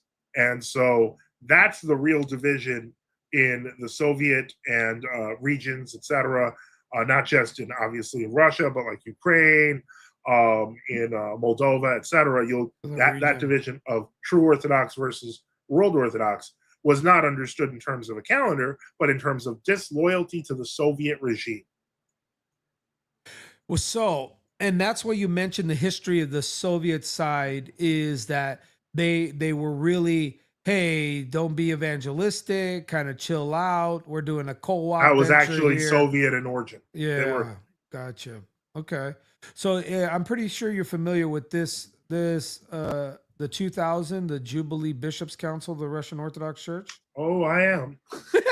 I want to draw your attention to a couple of these points here. And I want to show you something. Yo, chat, pay attention, okay? Pay attention, all right? Because this is where we, meaning us filthy Protestants, and you Catholics too, you guys, you filthy papists, all right, may be included in this beautiful language. So let's hone in. I'm just going to go right to the essentials. 1.16 of this document. The ecclesial status of those who have separated themselves from the church does not lend itself to simple definition. In a divided Christendom, wait, what? So watch this, okay? Okay, watch this.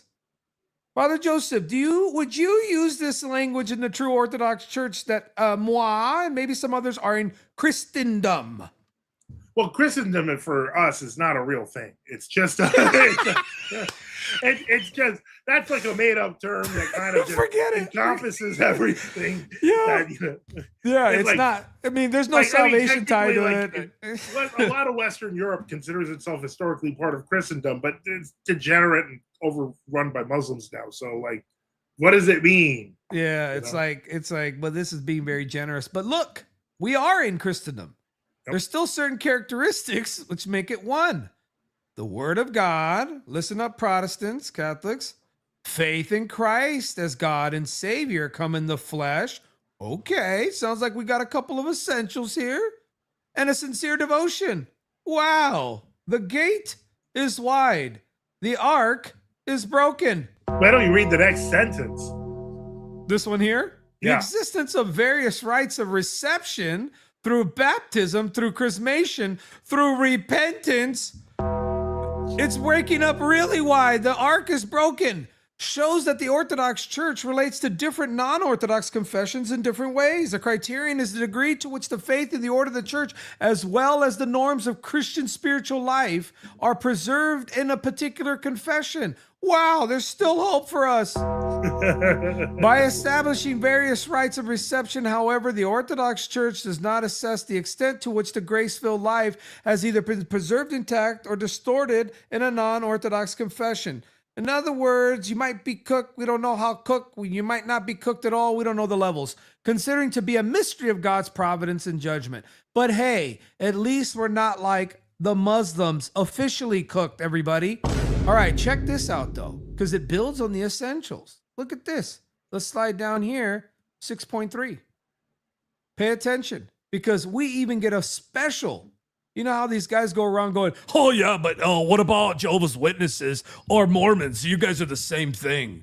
Well, not according to Moscow. Not according to this. It says the Orthodox Church draws a clear distinction between the non-Orthodox confessions, which declare their faith in the Holy Trinity and divine human nature of Jesus Christ. Wait a minute. We're Trinitarians. We're Trinitarians and we're seen in a different light. This is wild. What is going on here? Well, I'll tell you. I know why. Ecumenism. Yeah, it's the ecumenism. The ecumenism. In fact, I was thinking about this the other day. We can make some shirts. Now, I want to say something, Father, because this is where your opinion comes in. Can they put this all under economia? Can No. they? Okay. And just explain, because people have been hearing this thing. They even made a little joke where Jay Dyer's getting called up by some cholos, some Mexican, and they're like, economia, Holmes. All right. So they think it's funny. So these guys think it's funny. Okay. So tell us about what economia is and Sure. why they can't lump this in there and give us the separators. Okay. First off, the terms for extreme strictness and extreme looseness or extreme relaxation are akrivia and economia. These two things are opposite sides. The bishop, it is his job to determine whether to apply akrivia or economia to a specific situation. Say, for example, what kind of penance to give to a person with a very heavy sin. They could apply akrivia, what the rules say in the book, or economia and say, okay, maybe we're not going to be so harsh on that. Okay. That is really what akrivia and economia mean. When a layperson says economia, they are usually using it wrong, because they're usually using it because one of their priests said economia or their bishop said economia, and it goes all the way up to their bishop. But you can't recognize what is not and turn it into what is. Like, for example, if you want to make the argument, some people try to make the argument that, there's enough of a form in Catholic baptism historically to recognize their baptisms. And they point to Russian usage of the 17th and 18th centuries. But they leave out certain details, like the fact that in 1620, the Russian church actually said Catholic baptisms were not valid, and that the economia that was used was because of the rise of the Unia. Now, I don't know how familiar you are with Eastern history, but in the 1600s and 1700s, when the Council of Florence failed, the next tactic that the papacy would use was to sign on these unions, which were called unias, with specific dioceses, usually in response to political wars, etc. Sign this union with the Pope. You don't have to change anything, and we won't bother you, but you are going to commemorate the Pope first, so on and so forth. This created unions, which were Eastern Catholic churches. So they behaved like Orthodox churches, but in fact, they were commemorating the Pope, and eventually they became more and more Latin. And so the whole point is that in that context, all these unions coming, the church was like, okay, they were Orthodox, they look like Orthodox, they're still doing the things like Orthodox. Can we use economia in terms of to let them in back into Orthodoxy? And that's why you see a lot of that. But if you compare that to the current situation now, where you're using a shot glass of water to throw on someone's forehead, when the literal term of baptism is to immerse, which is our practice, that's insane. And so in the 20th century, many true Orthodox said we're going to take a stricter position. The ROCOR did this in 1971, where they said that the position of the heterodox towards baptism has changed so much, we're going to use baptism universally. And so, but these guys, the Orthobros, they'll give you half the story, because that is what their spiritual fathers, the ecumenists, do. And they'll say, well, we recognized heterodox baptisms before, so that just means we recognize them in general. They don't realize that what you're saying is that if Protestants or Roman Catholics have the mysteries, have true sacraments, effectively they are somehow part of the church. Exactly. And so you've widened the doorway of what the church is, which is the exact opposite of how the church has historically done it. And actually in the 19th century, how any church had historically done it. Yep. So, no, it makes sense. Thank you. Thanks for breaking that down, that they can't just lump this under that sort of authority. So then let's get to what we conclude from this. Yep. As it stands right now. I'd like for you to make a statement about the current Orthobro position why it's essentially maybe a contradiction. I don't want to put words in your mouth, how you Yeah. see it right now. And then maybe this would be the honest call to say, come to True Orthodox. You can go ahead and make that case now. I'll do it very simply. I mentioned earlier this elder Porphyrios, who they consider a saint because they declared him a saint like 5 years ago. When it came to ecumenism, all he would talk about was how it made him mad and how angry he was about it and how much he didn't like it. But I think we've talked about enough, Muller, on the show today in terms of the history, that your job isn't to get mad. Your job isn't to get emotional. It's to go to bishops who follow the true faith. And so if you're watching this from my channel, or if you go to my channel at NFTU, any of the probably videos in the past year, and you look in the description, there is a map of true Orthodox churches all over the world, many in America. It is not complete, which means that even if there's not something that you see on the map, you can always call the nearest church and see if there's something there that's in development. There are true Orthodox all over the world in the millions, and we're just preserving the true faith. So instead of getting mad and getting emotional and acting like a giant child, just do what the canons say and just go to true Orthodox bishops. But if they don't go to true Orthodox bishops, then they're in this paradox. They're hypocrites. They're two-faced. I didn't want to say it. You said it. Okay. No, I'll say it because it's the truth. I agree. If you're claiming to be against ecumenism while under ecumenist bishops, you're a hypocrite. That shouldn't be offensive to you. That's the truth. And then if I were to ask them, why are you still here? Why you have that opinion? I would ask, well, what justifies this? In other words, how do you know? So the case that you've built is you say, like them, and I've heard this language, is for the first 1,000 years of the church, it was clear that they didn't contemplate any of this type of language. It wasn't ecumenist at all. It was very strict. That would be the case you would make historically if we had to go back and you would look at the different quotes from the fathers and then the councils. How would you put that case together to show that, hey, since the beginning it wasn't like this? Yeah, I would say for the first 1900 years, this is only about 100-year-old heresy, and we've had heresies that lasted longer. So we just keep on building. I find it interesting that somebody said true Orthodoxy is the Protestantism of the East. Actually, that's one way I do get along with Protestants, because I would say that World Orthodoxy is the papism of the East because of the fact that they are believers in an institution as opposed to a body of Christ. So I believe that the Christian conscience is important. And if you're just going to defer it to your chosen oracle in Rome or Constantinople, you're not using your brain at all. Well, and that's not how God wants us to. Listen. This is truth. You cannot suspend your mind. You must obey your conscience. I don't know what these guys do. I don't know why, but you said it best. Hypocrisy at its finest. And I don't know how to phrase it any other way. All right. So, Father, with your permission, do you want me to go ahead and drop the link here and see if we get any people to pull up? All right, let's do it. I have a feeling we're going to get not many people. Yeah, I would, a lot I of would people imagine talk so. big games in the chat, but I've been doing my Sunday show for ages, and there's always lots more talkers than there are. Lots more typists than talkers. Yeah, I would happen to agree with you. So, what is this? Man, we got an archbishop that what? He's a felon because he registered what? Archbishop Andre of New Jersey under the ROAC. This is actually correct. That is the charge that was against him. They did throw it out because I think he paid a fine. But yeah, he was trying to get. I'm sorry, Vladika. I'm gonna have to just say it, but I did report on it. Basically, he wanted to save money on his insurance, and I think he had a priest. Hey, he should have went to Geico.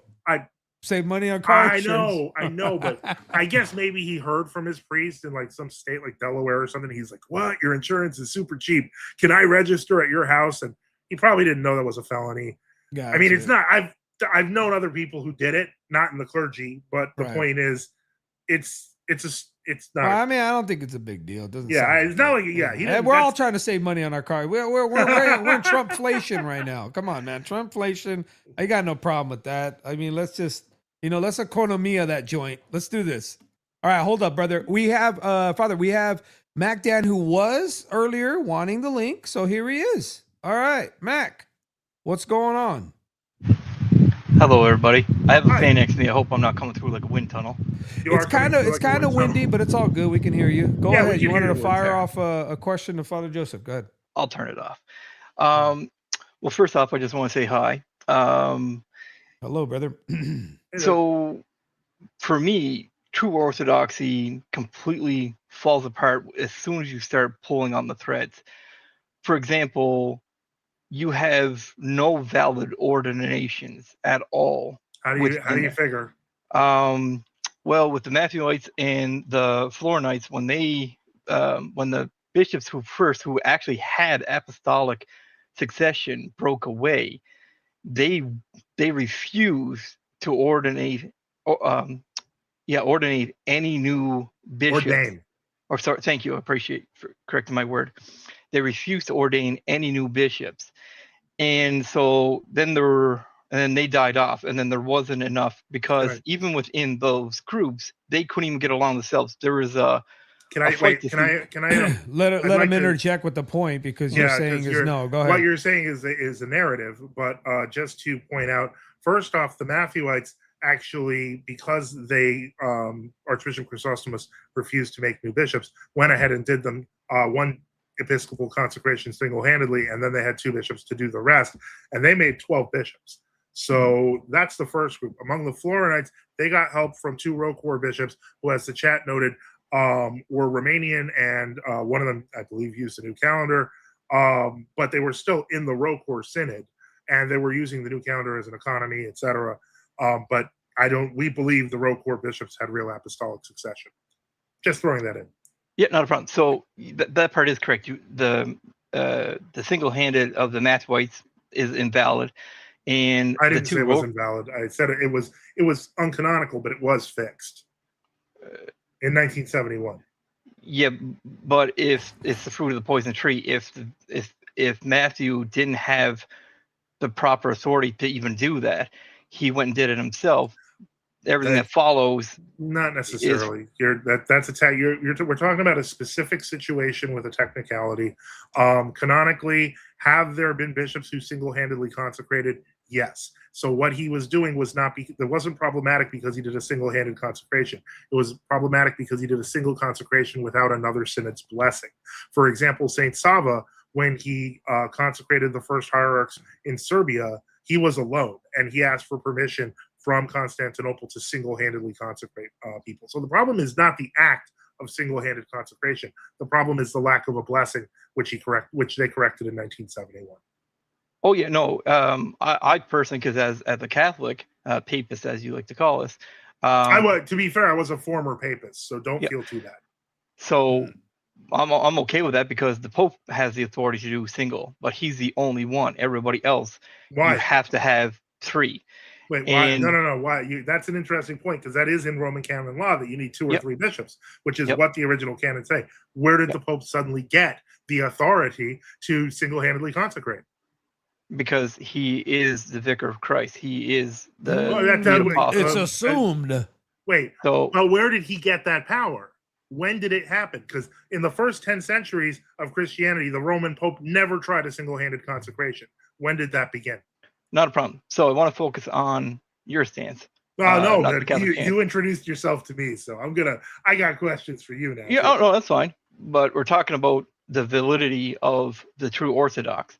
And the canons say that the only way you can do a single-handed ordination is if you are in an area where you are being persecuted and it's impossible for other bishops to show up to do it. That does not apply to Matthew. I have a fun question for you. Do you know where St. Matthew was? Because, many Matthewites call him a saint, and I think that many people believe he's a saint, including myself. Do you know where St. Matthew was when he started doing the talk about the single-handed consecration? Do you know where he was? He was in jail. I was going to say, under persecution? He was in jail, along with the other true Orthodox bishops. So, to say, you just literally gave the justification that he had to do it.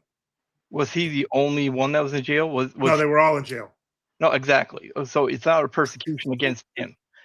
Wait a minute. Wait, hold up, Matt.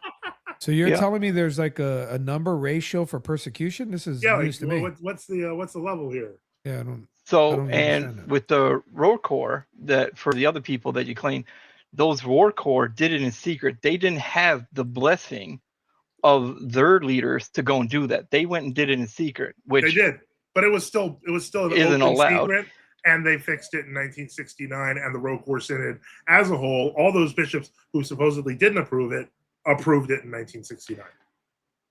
And you But real think, quick, and at the Mac, time, just so we're clear, you're Catholic because they're asking. You're Catholic? oh yeah, I'm Catholic. Yeah. Oh, okay. And then I'm just curious. Do you Mhm. believe that, like Father J, or the true Orthodox? Do you Mhm. believe that they're in Christendom? Yeah, I believe they're Christians. They believe in Christ. They Do we have valid orders? no. Why? That's what I'm going through. Okay. You don't.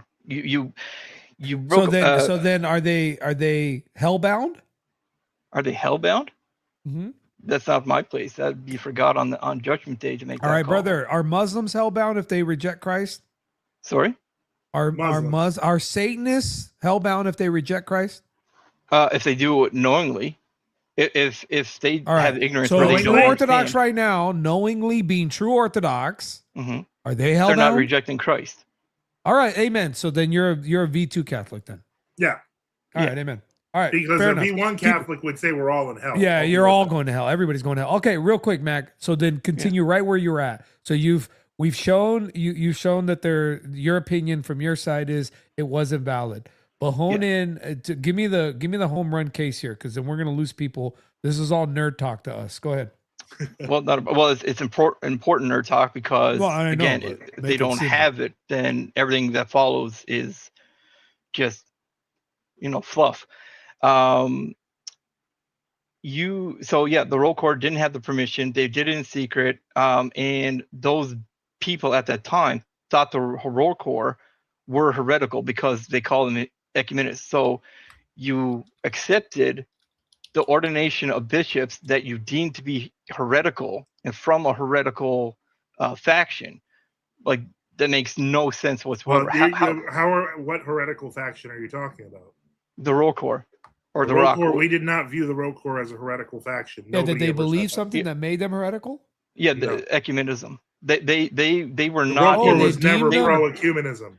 They were not in communion at the time. They didn't agree. They were separated, and yet to make it look official. Officially? Yes, officially. Officially, wait? You're saying the Roll Corps was officially ecumenist? Because you're going to find a lot of historical opposition among almost everyone in Roll Corps except for Moscow Patriarchate flunkies. Mm-hmm. So they didn't have that, and you even brought up yourself when you were showing your evidence there, and it says you to separate yourself, you have to have a valid reason to separate yourself. Yeah, ecumenism is a valid reason. It's heresy. Oh no, you may claim that. What church synod, what council has determined that The ecumenism? Besides the 1983 Council of Roll Corps, which officially declared ecumenism a heresy with an anathema, there were various true Orthodox attempts to clarify that those holding to the new calendar were also under anathema. You find that in Greece. You find that in Russia.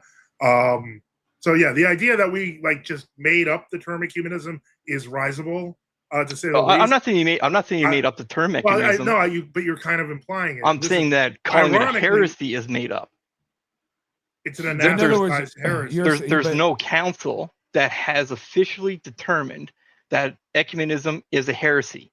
So there's no ecumenical council that has determined that. Not a single one. There's no ecumenical council for that. That is correct. There is also no ecumenical council which condemned the papacy. That was the Council of Doctrinal in 1285. That doesn't mean we believe in the papacy. It's heretical. Not everything that is heretical is automatically a council. Reader John, welcome. Christ is risen. You know Reader John? He's my co-host on Sundays. Oh, okay. I saw him. All right. Hey, Reader John, how are you? All right. So Mac, you're presenting a case here. So far, Father Joseph, or I don't know if Reader John, you want to chime in on what Mac is saying. As a Catholic, he's really honing in on some of these claims. Sounds like he doesn't know Roe Corps history at all. Oh, all right. What did I say that was incorrect? Yeah, go for A it. lot. They were never ecumenist. Not in their documents or anything. You can actually go through their archives. They're online. So this So, is a why did recent why did those two position. bishops have to do it in secret then? Because of the fact that they didn't have permission but wanted to move as quickly as Yeah, possible. and- And that's why they reported it to the And if Senate. you look at the meeting minutes afterwards, when they had a council of bishops, they were actually censured for a time. But it was kind of more like a slap on the wrist because, I mean, they weren't You're not totally supposed to do it. good. It wasn't valid. Yeah. It So the wasn't only an way- issue of Well, validity. It we was an don't- issue of we don't- discipline. We don't use that kind of language. That's Roman Catholic. Well, I'm language. sure you don't. 'Cause But we Yeah, don't you because did. we because don't we're not believe Roman in that. Catholic. No, you guys use the term whether you have valid. World Orthodox sacraments or might. not. We don't. No. You know, we Sorry, generally don't. And when we say invalid, we mean like it is beyond the pale of anything possibly recognizable, not that it is technically invalid. Yeah, we don't use the as a legal term. We're not Okay, Thomas. so just help me understand this, gentlemen. So then the language that we saw like on that Russian document, that's coming from sort of Moscow. They kind of run the whole That's the church Moscow now, Patriarchate, yeah. and they're the ones that run all of the Russian church now. I mean, are they Well, the pretty much- Moscow Patriarchate, we would say like the True Orthodox, the Free Russians, etc., ROAC, etc., the ROCOR factions that were not part of the Union, and they number very highly in the millions, as I've said, together, even though Moscow itself has tried to take down their churches, confiscate their churches. I myself personally was, when I was in Russia for a year and a half, I would visit a church in Suzdal that was under the ROAC. Since then, that was literally 20 years ago. 10 years later, the Russian state literally took the building, padlocked everyone out of it, and then eventually turned it into like a tourist area so people could pay a fee to look inside this church. And when I was there, it was a big church that had hundreds of people going. Really tragic, but that's how cold and awful the Kremlin is towards True Orthodox. So then, just so I understand, as a speak, Mac, you can chime in on this.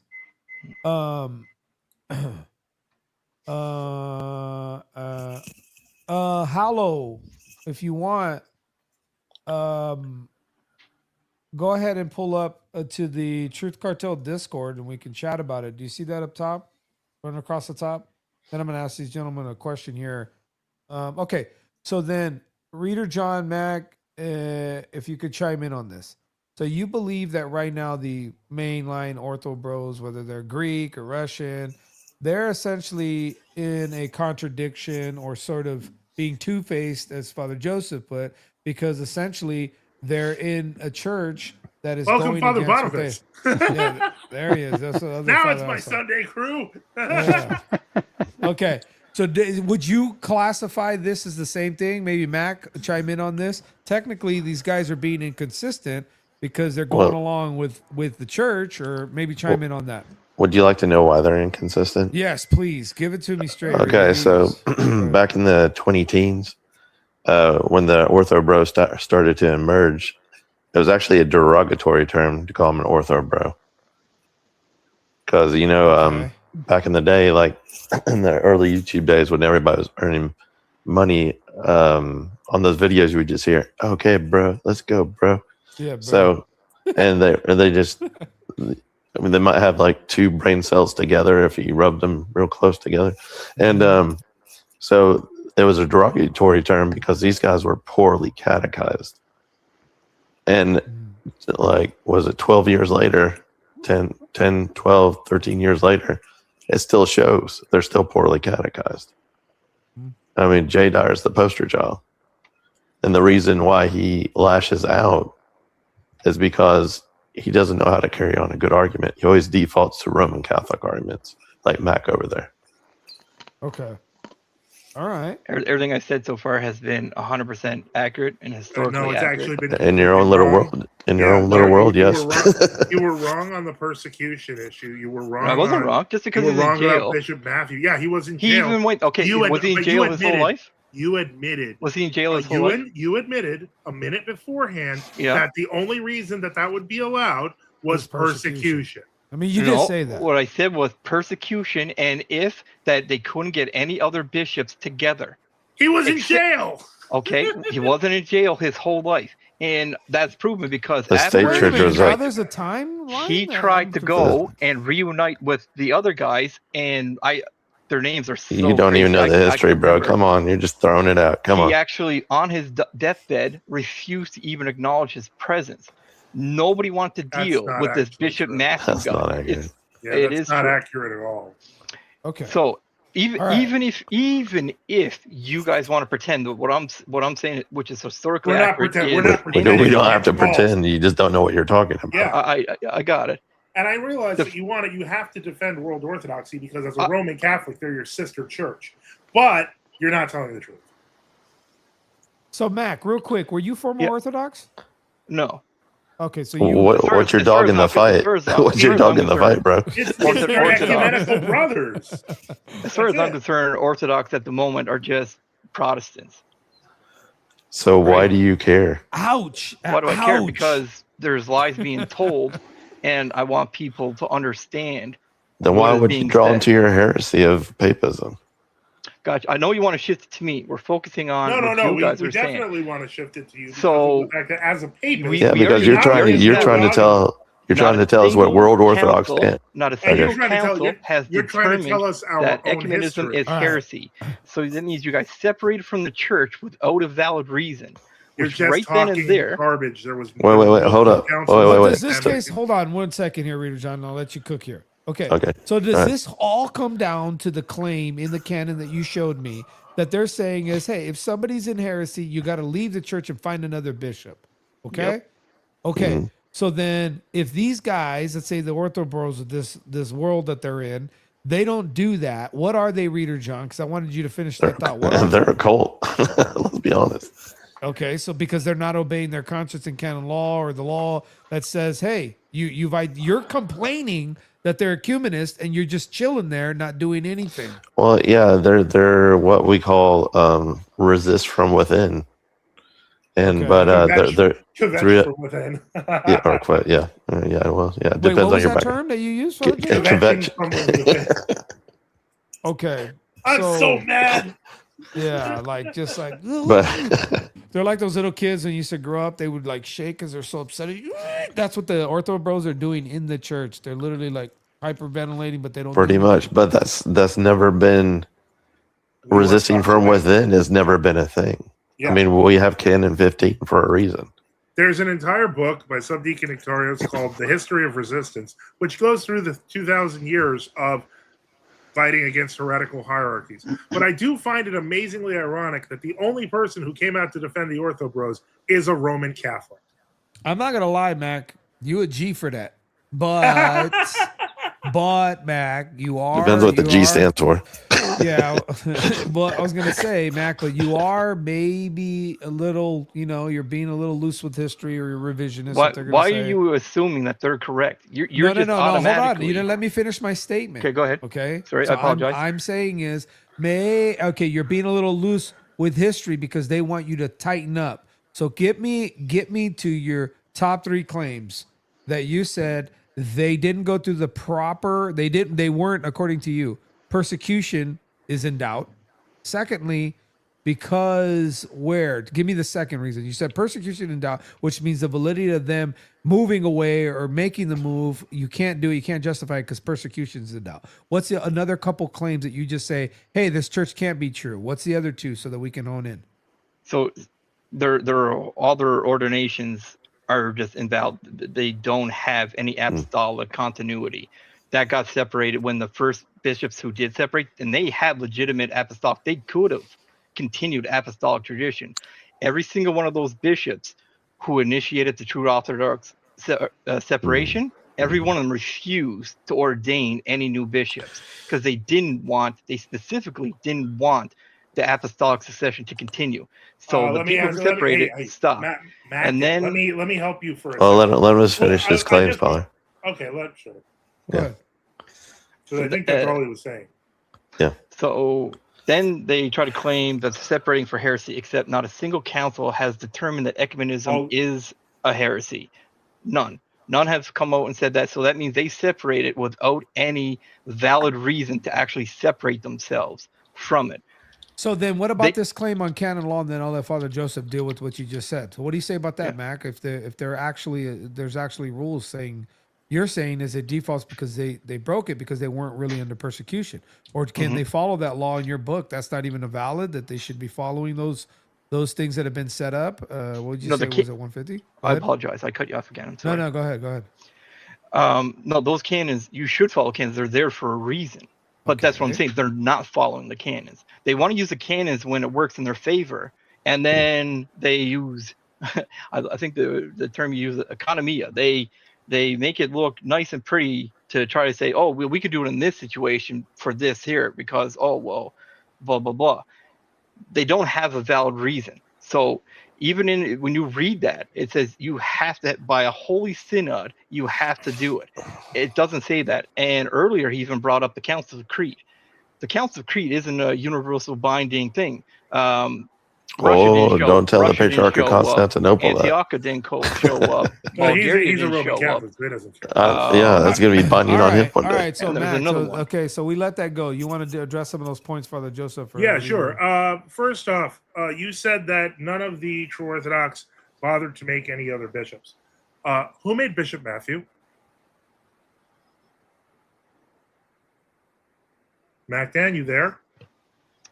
No, so I thought you were going to keep going. I put myself on No, mute. So I have other questions, but let's start with that one. You said that the true Orthodox bishops didn't make any other bishops. So who made Bishop Matthew? If that was my wording, I apologize. What I said That was exactly your wording over and over and over. They didn't make enough bishops Who to made allow Bishop Matthew? Oh, I don't know what is. Again, I told you, I said that earlier. The The true names Orthodox are so. bishops that separated made 4 other bishops, including Bishop Matthew. So that's false. Here's the second thing. I'm going to put this in the private chat to share it because you said, who actually condemned ecumenism and where would it be in the canons? Fun fact, there are numerous canons that condemn what we call ecumenism already.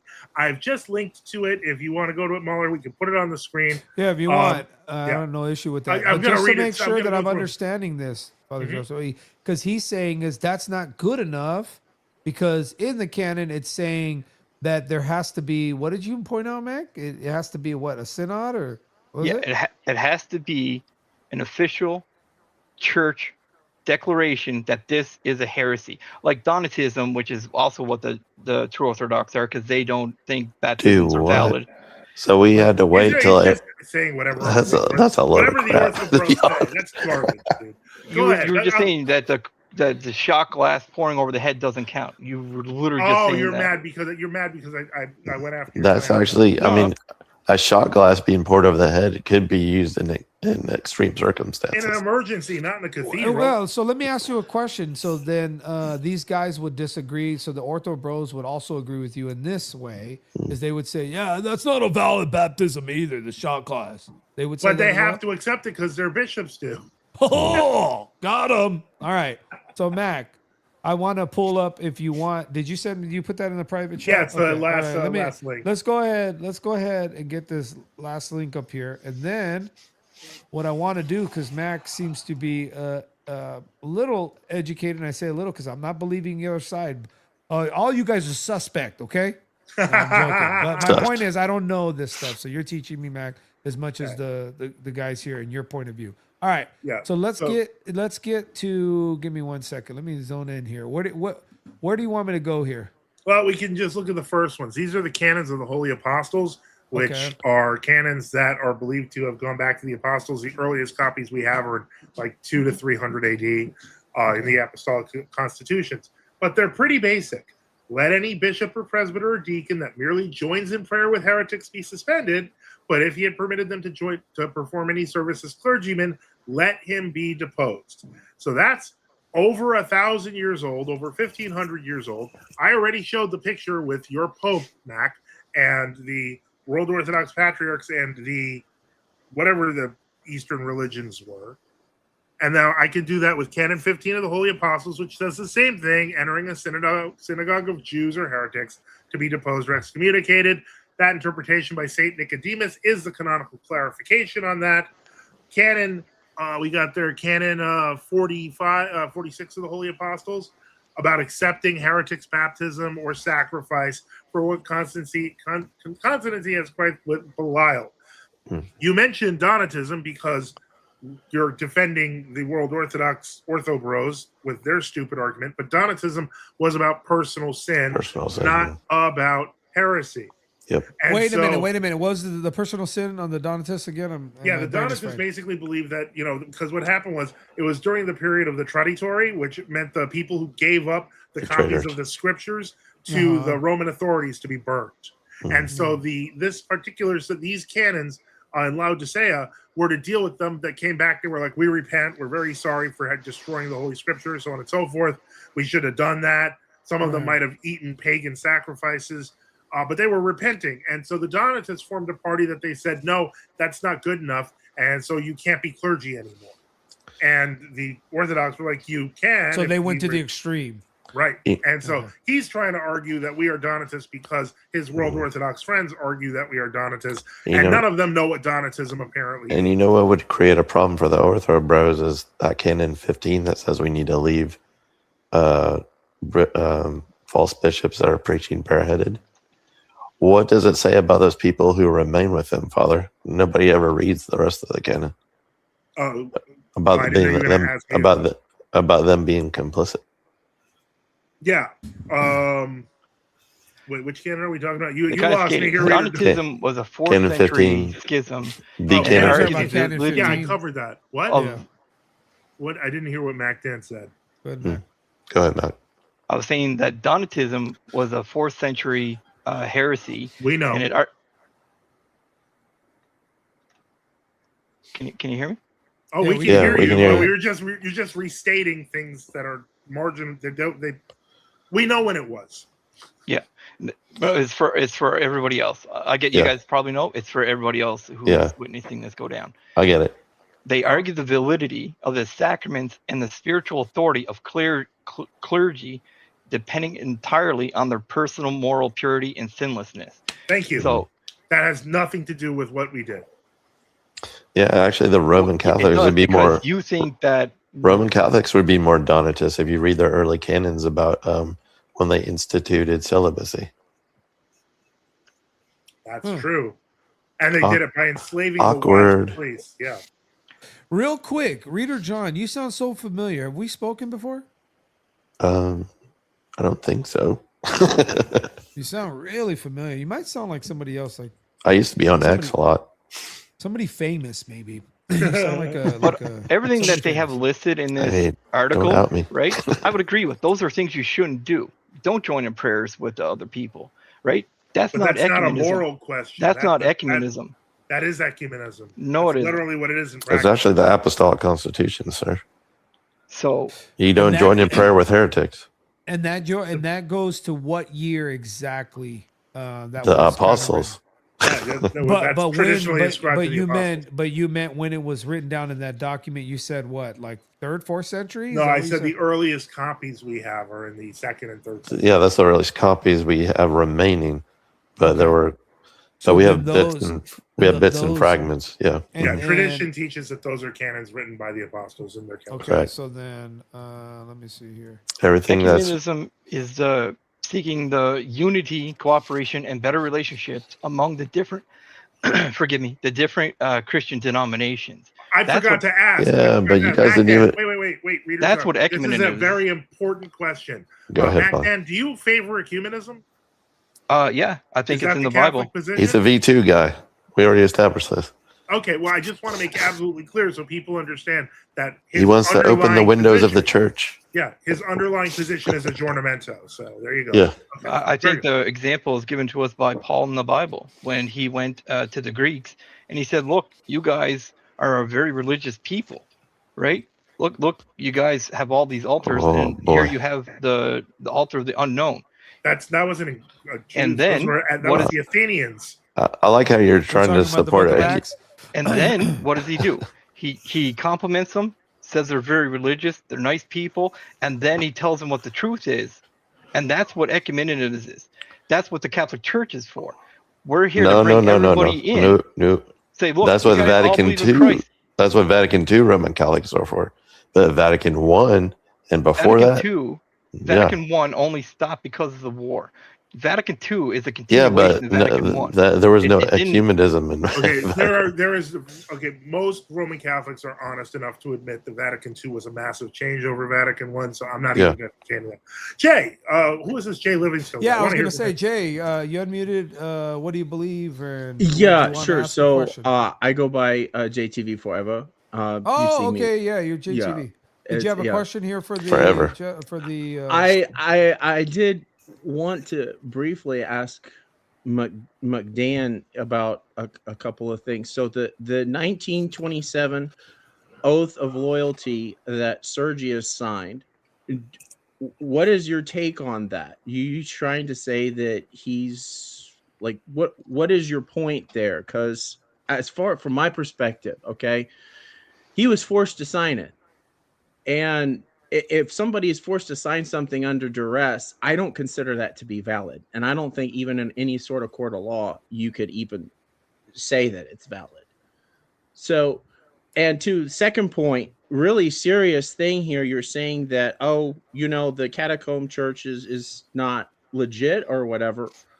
So all the people, including the Catholic priest, I think his name, let me find his name real quick.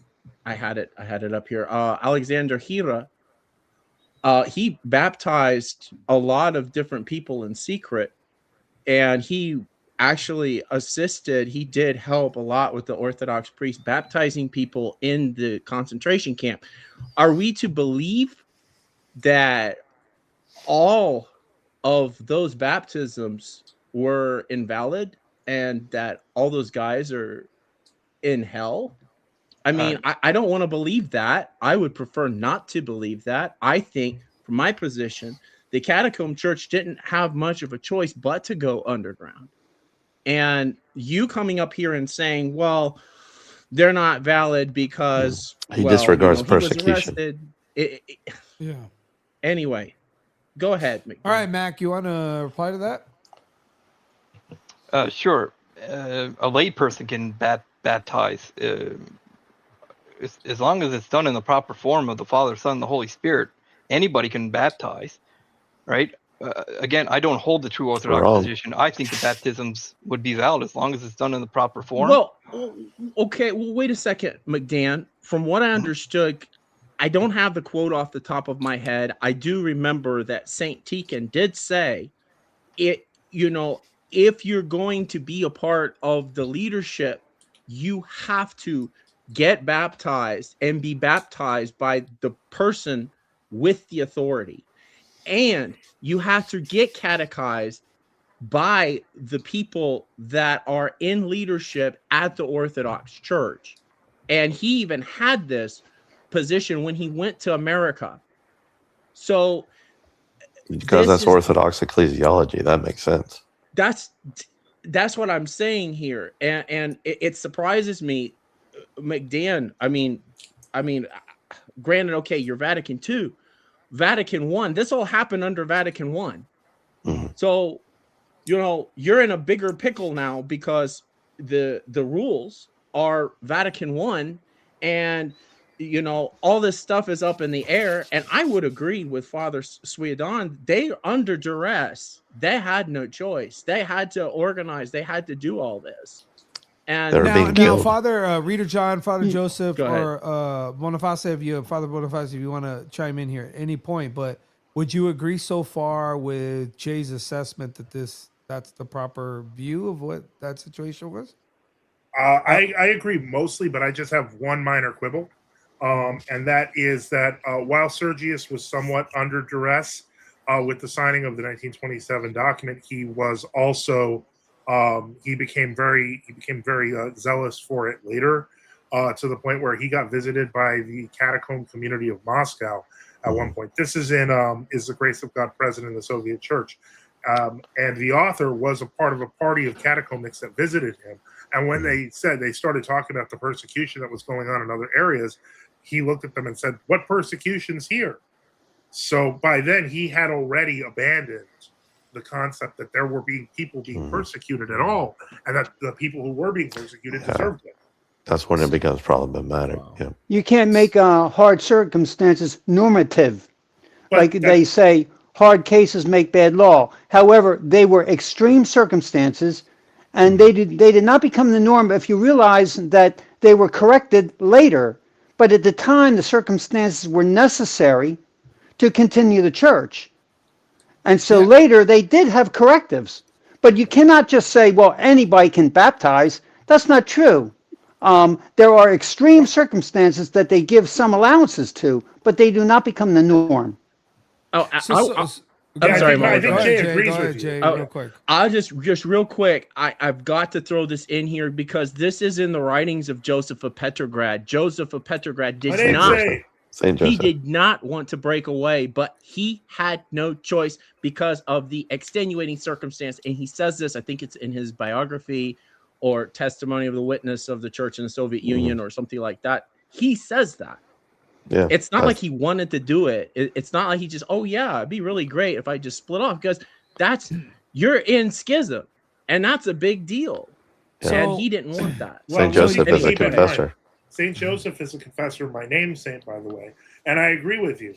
And I would say that many true Orthodox even now like this situation, but I'm stating how things are honestly because I have to. And so, of course, when I've been called everything from schismatic, etc., for the better part of 25 years by a lot of people repeatedly over and over. I've had people tell me they don't recognize me. I don't care what MacDan says, but I've had people who call themselves Orthodox tell me I'm not a priest, address me by my first name for 20-something years. So the point is, no, none of us want to be in that position. But at the same time, we also want to stay in the truth, just like Saint Joseph. Father Joseph, even the Yeah, go ahead, ROCOR, Reader. Go ahead. even the ROCOR MP recognizes Saint Joseph. Isn't that interesting? Yeah. So two things real who in the quick. Orthodox? Jay, Max, sorry, I'm gonna let you go here. Jay, so real Yeah. quick, and then we gotta kind of start to wrap up. Jay, so what's your position? Are you true Orthodox? Are you Orthodox? Or No, you just... my position, I'm actually Protestant, and the Okay. reason this is a stickler for me is because Yeah, why? I lived over there. Oh, okay. You're from that part of the world. I was born here in stateside, and I lived there. I went there in a little city in Central Asia, and I lived in that community. They had Protestants and Baptists and Orthodox, but I didn't realize until later this catacomb church history and everything else. I found that out maybe I don't know, 10 years ago. I'll tell you a funny story because I lived in St. Petersburg. I don't know where you lived in Russia, but well, first I'll skip the one story about the missionary guy I met in the embassy. But there was one case where I had been talking to Russian Protestants who had been there for throughout the I would say since the war, since World War II, because a lot of Protestants at the time also had to go underground. And so if you talk to Russian Protestants in Russia, they will flat out tell you, yeah, we had to hide because the Soviets would try to come after us and just turn us. And it was funny because they'd ask, and what are you? And I'd say, I'm Orthodox. And they're like, you're part of the Moscow Patriarch. And I said, no, I'm part of the Catacomb Church. And they're like, there's a Catacomb Church? So even over there, they didn't know. Father, do you remember which American denomination was supporting the Bolsheviks? I don't. There's a book. It's called The Baptists and the Bolsheviks. No way. Yeah. Wow. Yeah. You filthy Baptist. Woodrow Wilson was called the American Bolshevik, and he was a Presbyterian. Yeah, I've heard that before. Wow. That's crazy. All right, so then, gentlemen, let me. I saw this one right here. I don't know what are we to take here. If somebody says Mexican, the Vatican one is Mexican now. How dare you, Timothy. All right, the other fun fact. All right, everybody look this up. Reader John, I figured out who you sound like. Reader John sounds like, don't get mad at me. Don't get mad at me. This is just a fact. Reader John sounds like the crazy weirdo heretic Todd White. You know, the guy that prays for people and supposedly makes I don't even know who that is. You'll have to you give me- gotta look him up. You sound exactly like him. Can we do it live right now? I wanna was see. gonna try to pick up one of his preachings, but anyways, he's fallen off big time. Like he was getting people to like believe his stuff, but a lot of people exposed him. So he was the guy going around That is pretending to definitely grow not me. people's leg. Yeah, no, I know it's not you, but I'm just saying you sound. I'm kind of exactly crazy like though. him. So, Everything, same cadence, same. I don't know. I don't know what part of the state you're from. Maybe that's what it is. But I'm south. okay, well, you guys sound exactly. I can't even tell you apart. That's why I was like. Somebody made a Seth Rogen reference, and I wanted to cry because I see that. Oh, wait a minute. Is that because that's you? Is that? Oh yeah, get him to laugh. He sounds exactly Yeah, like you Seth know Rogen. what, Father Straight? I just noticed that you do. The laugh, the hold. It's all right. Now It's, I wish I hadn't said anything. Yeah, nah, but I mean, I think we all picked it up. But he sounds exactly like Todd White. It's kind of crazy, and that's Yeah, all right. if you can find like some Todd White, yeah. Yeah, I'm looking at it right now. I just don't know how. It's a you got Reader Macintosh John. Pro- Just listen to it, and Macintosh Pro says the Way Church, Todd White, April 26th. Check this one. yeah, okay. So if you do that, anyways, we could probably play it, but we'll leave that laugh out there. All right. So real quick. So I want to do this to wrap because I appreciate you folks being here, and this has been a learning lesson. It just tells me I got a lot to learn about this history, the history of the church. So, Mac, let me just ask you this, being from your position. Do you agree with the gentleman here that if Ortho Bros are part of the current church, which he would call the sister church to yours in the ecumenist movement, do you agree that they're in a contradiction, being two-faced? They are essentially being hypocrites because they're complaining about this ecumenist movement, but they're also at the same time just camping and chilling and pretending they're outraged. Yeah, the only ones who could technically be called hypocrites is anybody who's part of the roll call church, because they're the only ones in the recent years that have actually come out and said something about ecumenism. But that's not binding to anybody except for those who are in the roll call church. Like it literally has no authority throughout. See, that's the thing. That's why I point out, like, Orthodoxy likes to put on, oh, we're one united church, except, well, what you believe depends on what jurisdiction you're in. If you're Rorqual, then you're obligated to follow what they've signed on to. And then if you're Greek, sorry, go ahead. I hate to help you out, bro, but go read the Act of Canonical Communion. Wait a minute. So you're saying so Jay Dyer's a part of the Rorqual church, right? Is that Now correct? he is, I think so, yeah. And the Rorqual MP. But they don't read the Act of Canonical Communion because what does that mean? What does that document? Can the somebody... 2007 Act of Canonical Communion basically is the document that talks about the union between the Rorqual and the MP. And one of the lines it says is any acts or councils or statements, anathemas, etc., that was made before this union is no longer has no longer. Has wait a minute. So you're saying in 2007 they signed up for ecumenism? Yeah, essentially. Or they more properly they signed off on being against ecumenism. I also want to point out that can you send me that document? Can you look that up right now, Father? Yeah, it's very publicly available. Jay wants to. I don't know if you wanted to say anything, or because we'll do our final rounds here. So Max, so real quick, if this document is true, then they kind of got back into the ecumenists. So then your statement about the Russian church is just not accurate, right? Would you agree, Right. Mac? You weren't aware. No. People individuals can have. That's the whole point that I'm saying about the true Orthodox. They can have the opinion that ecumenism This is is wrong. written down. I'm so mad. There's nothing wrong with that. They can think that, but no church has officially ruled that. That's why they're in a schism without a valid reason. Well, let me introduce you to a fun question, Mac. Then, if there are true Orthodox throughout the world and they've all condemned ecumenism, from a canonical standpoint, why wouldn't that be sufficient to say that we have done that, at least for us? Because you're saying it's not valid for anyone. Yeah. Because they're not the leaders of the church. Only the leaders of the church can make these rulings. That's it's not circular. Yes, it is. It's literally in the canons. If the patriarch is heretical, he's no longer a patriarch. That's what I pointed out with Canon 15. That's the history of the church. What you're doing is you're saying it needs to reference back to whether the patriarchs condemned it. And I'm saying that's not valid. Heresy is heresy regardless of who said it. Yeah, I mean, it kind of stands to reason that if that's the case, then you're making the move based on the provable sin or the Heresy, heresy that you're in, and it's official. I mean, it was pretty official. So just so I'm understanding, you said in the link here? Yeah, I did. Oh, excellent. Okay, all right. So I'll look at this. I'll do a little study on this as well.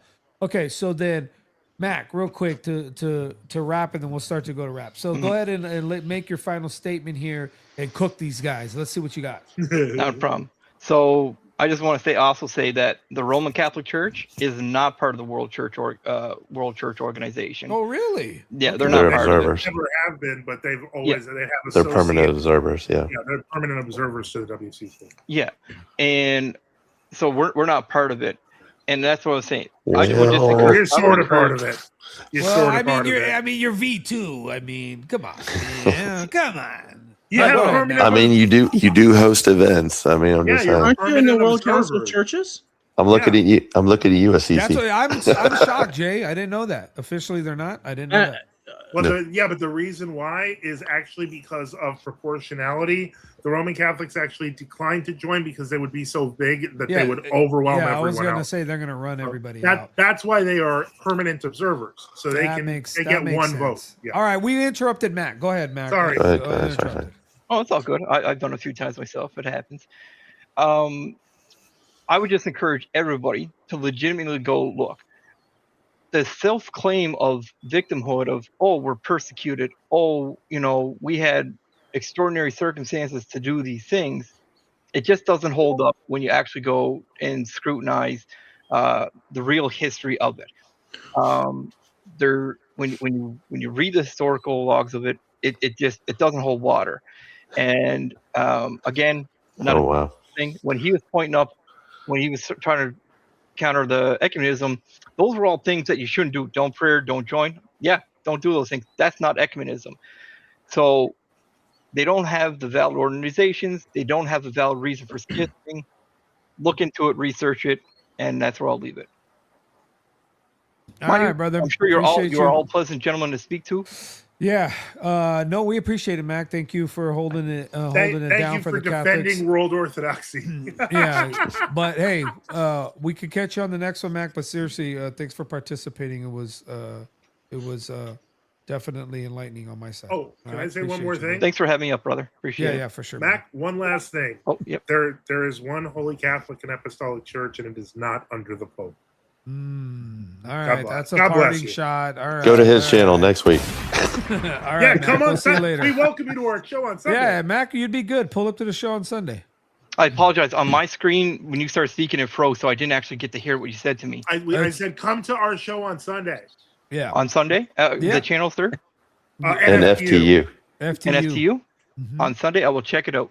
All right, brother. Take care. Thanks.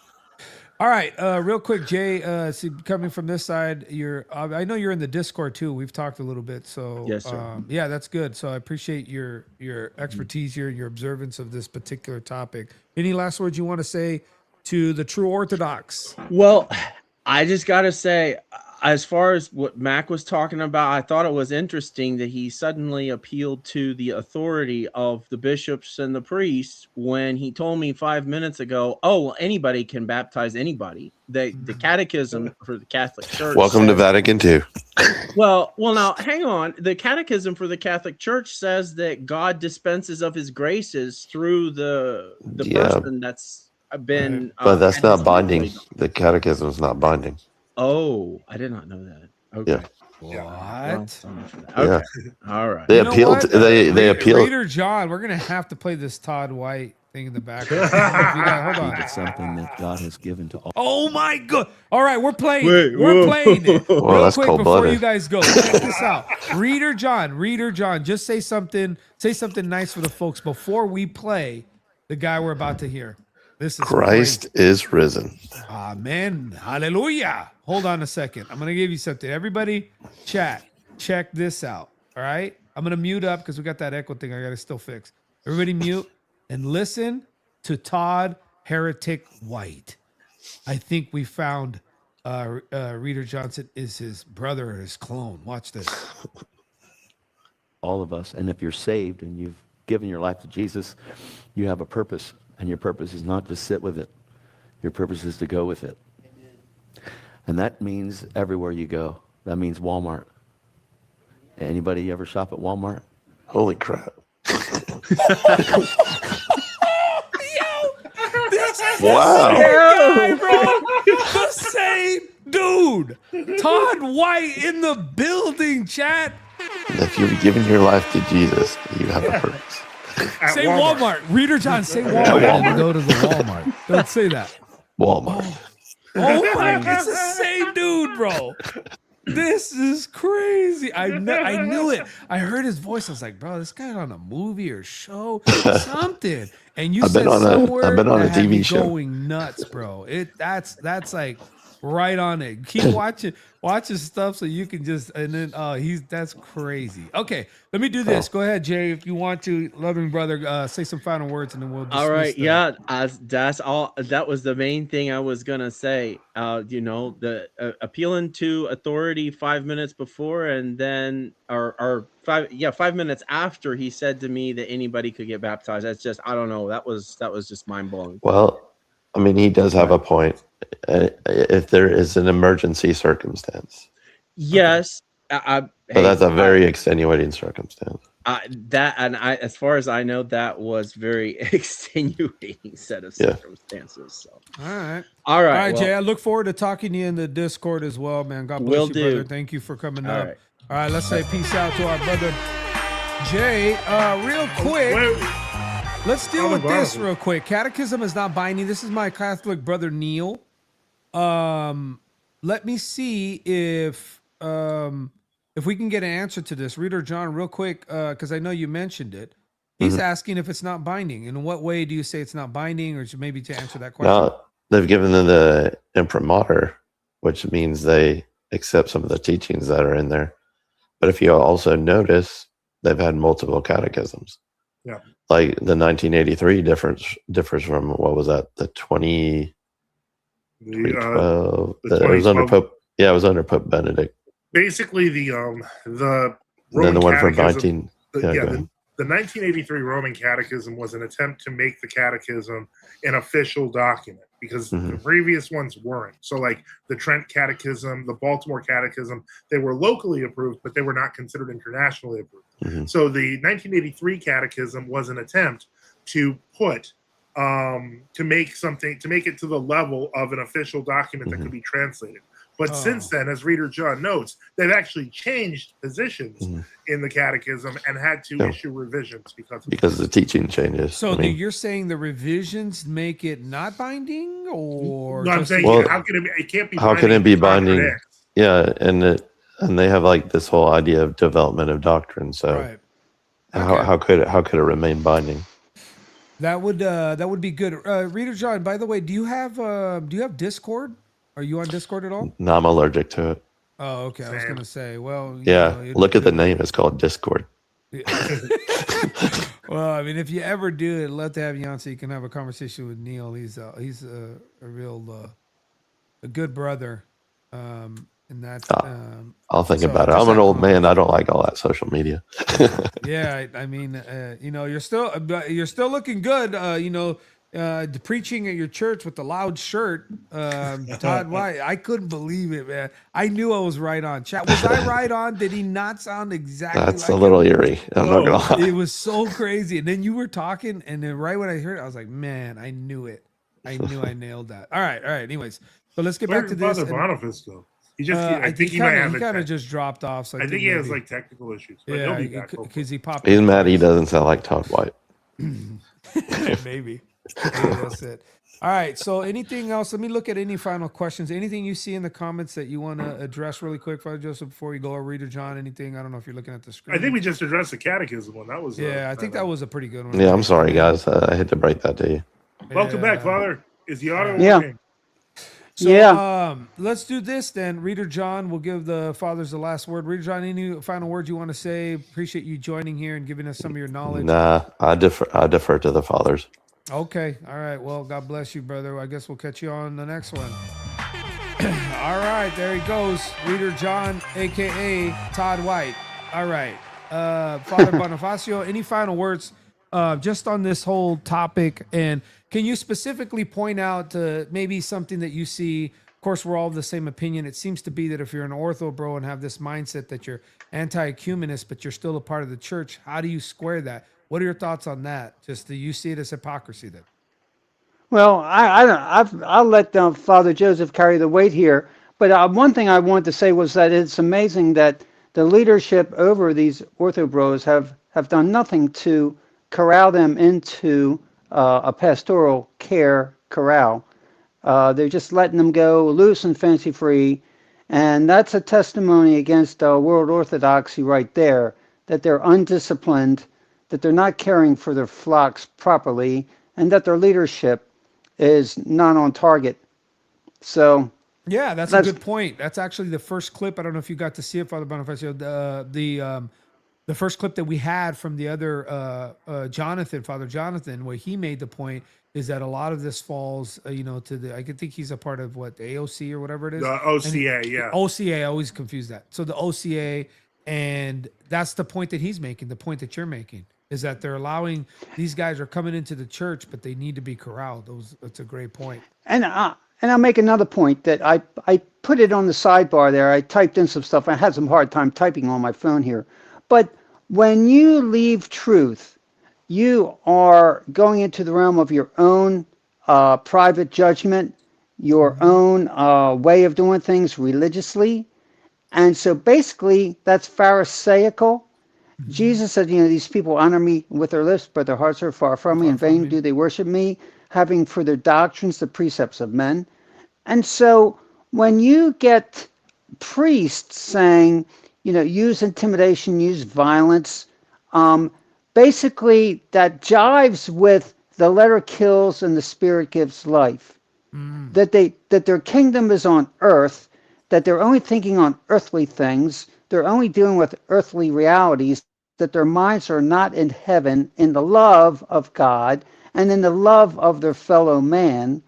And so therefore they're seeking actually to kill. I've been through it. I've experienced it. And St. Augustine has a treatise, The Letter Kills, but the Spirit Gives Life. And it is a masterpiece. And I highly recommend you read it. I haven't read that. I've read a little bit of Augustine's. What's the name of the work again? The Letter Kills, but the Spirit Gives Life. You can PDF it. You'll get it. Let me do that. now. Okay. No, amazing. That sounds. And so it would kind of contextualizes what's going on right now, right? Yeah. And the focus of the world and a lot of religion today is on the earth. It's not in heaven. And the Pharisees' focus was on earth and not in heaven. And so, people are looking for the kingdom of Christ in an earthly manner, even today. And so they're fighting, and so they're not listening. And I have a little thing I put on TikTok, and their ears are on the earth and they're not in heaven. And so this is where we see a lot of the ecumenist movement coalescing into, whether it be Protestant, Catholic, or Orthodox, and also the other world religions, is that they're all Pharisaical. They all got their own ways of doing things, and they're not doing it God's way, and their ears are not listening to heaven. They're listening to the earth and their own selves. So there's just some of the wrap up that I have. Yeah, no, I appreciate that. And that does kind of lend to, the information age, the internet age, these platforms makes it even more difficult. There's more noise than ever. And so I would agree with you that this is making it even more confusing with some of these young men who are getting pulled into this movement. They're becoming their own popes. They're becoming their own bosses, their own leaders. Just because they got a platform with a lot of listeners, they think that they have something to say, and they have no authority. And so I've dealt with churches that have no authority. They condemned me. They quote excommunicated me. It was a joke, and because they were so corrupt, I just looked at them and laughed. And it was a tragedy. It did a lot of damage in a lot of ways, but I'm not going to get into all that. But it's like, but they have no power. They now have no authority. And so these guys, they have no power. They have no authority except consensus and their buddies that are trying to gather together and bully people. Yeah. Yep, there it Yeah, is. yeah, yeah, yeah. All right. Well, I appreciate it, Father Boniface. I guess he's on the show with you on Sundays, right, Father Joseph? See us on Sundays. All right. All right. Well, we'll catch you later. God bless you. Thank you for joining us. You too. And last word, Father Joseph, go ahead. Take us home. All right. Well, we've spent a lot of time tonight talking about things like ecumenism and the role it plays in the official church. And I just wanted to, make a reference to Father Seraphim Rose, who was recently glorified by the Rocor under Metropolitan Agafongal, the confessing Rocor in 2024. And now the Rocor Moscow Patriarchate is talking about elevating him to sainthood. He passed on in 1982. But I highly recommend reading, especially the older editions, if you can find them, of Orthodoxy and the Religion of the Future. Okay. The religion of the future, as it is described, is basically a one world religion where all of the religions unite together, which is kind of the end goal of the ecumenical movement. This stuff is happening now. Now, he wrote that in 1979, and he was saying that was the religion of the future. We are now in that future. Yep. So no matter what, we must retain our faithfulness to Christ. Obviously, I want everyone to become true Orthodox, to become Orthodox Christians. But in the end, what the most important thing to remember is that this sort of movement to bring all the religions together is of Antichrist. And that is, people sometimes say, well, does that mean the Antichrist is coming? Antichrist, whether it's coming soon or coming later, there are many Antichrists, as St. John. That's what St. John so says. Don't sit around waiting for the big one. Avoid anyone. And so that is all I have to say. Thank you so much, Mahler, for having us on. No, it was great. You're always welcome on Sunday. And I would love to have contributed in any way if the topic comes up that crosses over. But you see kind of the battle that we're in. I'm trying to show consistencies in people's claims of authority and belief. So some of these folks, they take it personal, but I don't. And I know your view. So, as we say, we pray that we see each other there. But until then, we're going to continue the fight. I know your fight. And you kind of see what I'm doing. So may the Lord bless you. And I appreciate you coming on. And may God bless you in the name of the Father, and the Holy Spirit. Have a great night. All right, you too. All right, there he is. There he goes. All right, chat. What do you say? Some people say that we're a bunch of dumb Hispanics and we don't know what we're talking about. Sounds like we were going for a little while. Maybe that's true. True for me. I don't know. But let me show you something. I'm going to share something before we close. I was going to share when the Father's here, but this is a site. If you guys are not familiar, or maybe are familiar with it, this is talking about the sin of ecumenism and some of the strong quotes over the years.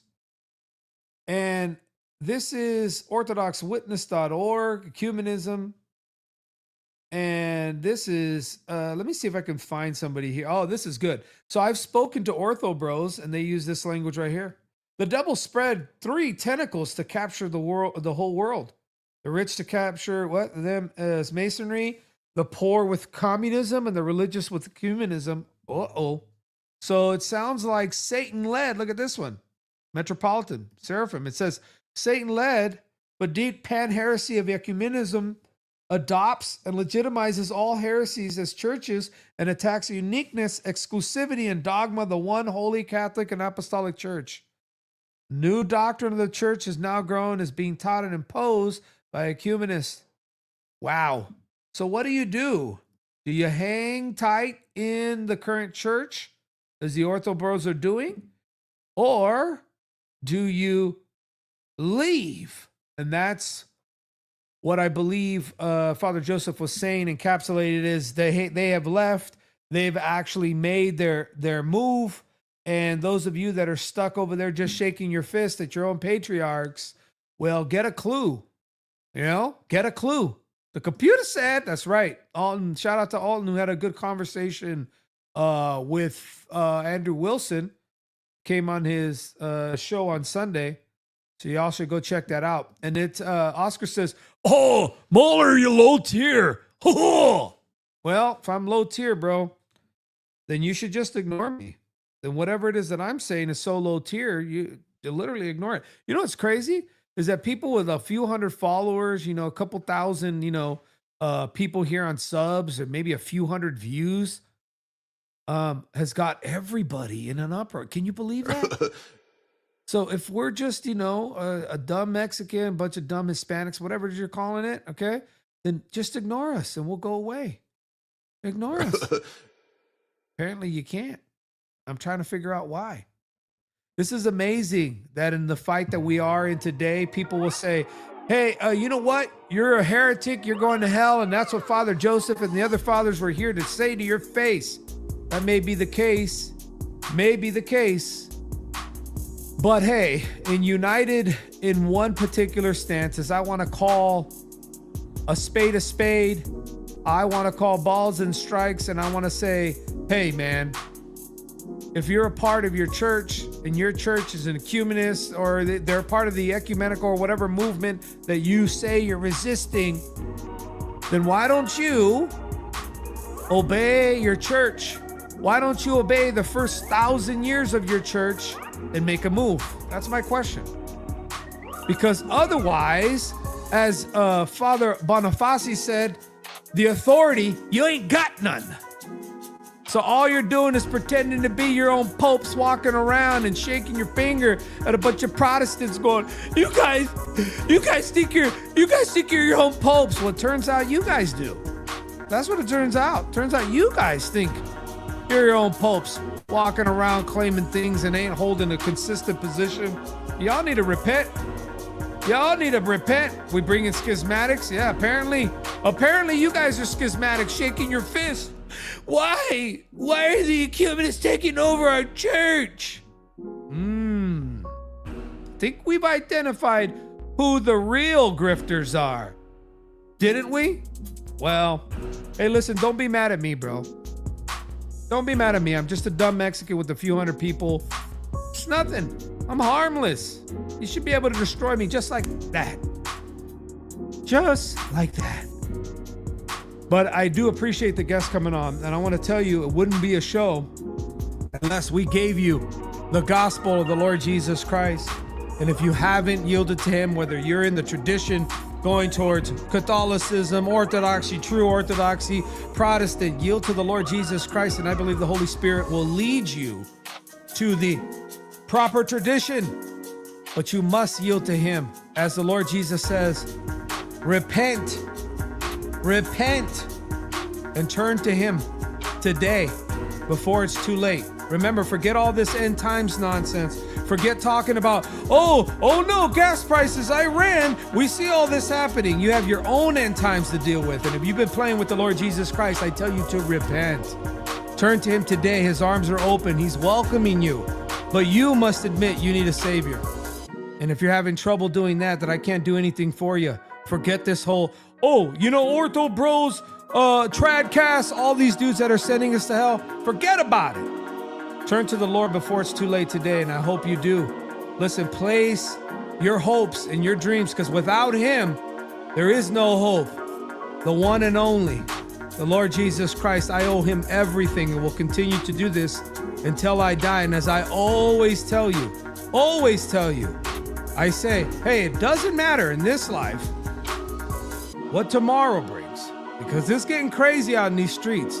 Remember, doesn't matter what tomorrow brings, because you know I will serve the King. The Truth Cartel, trafficking truth to the world.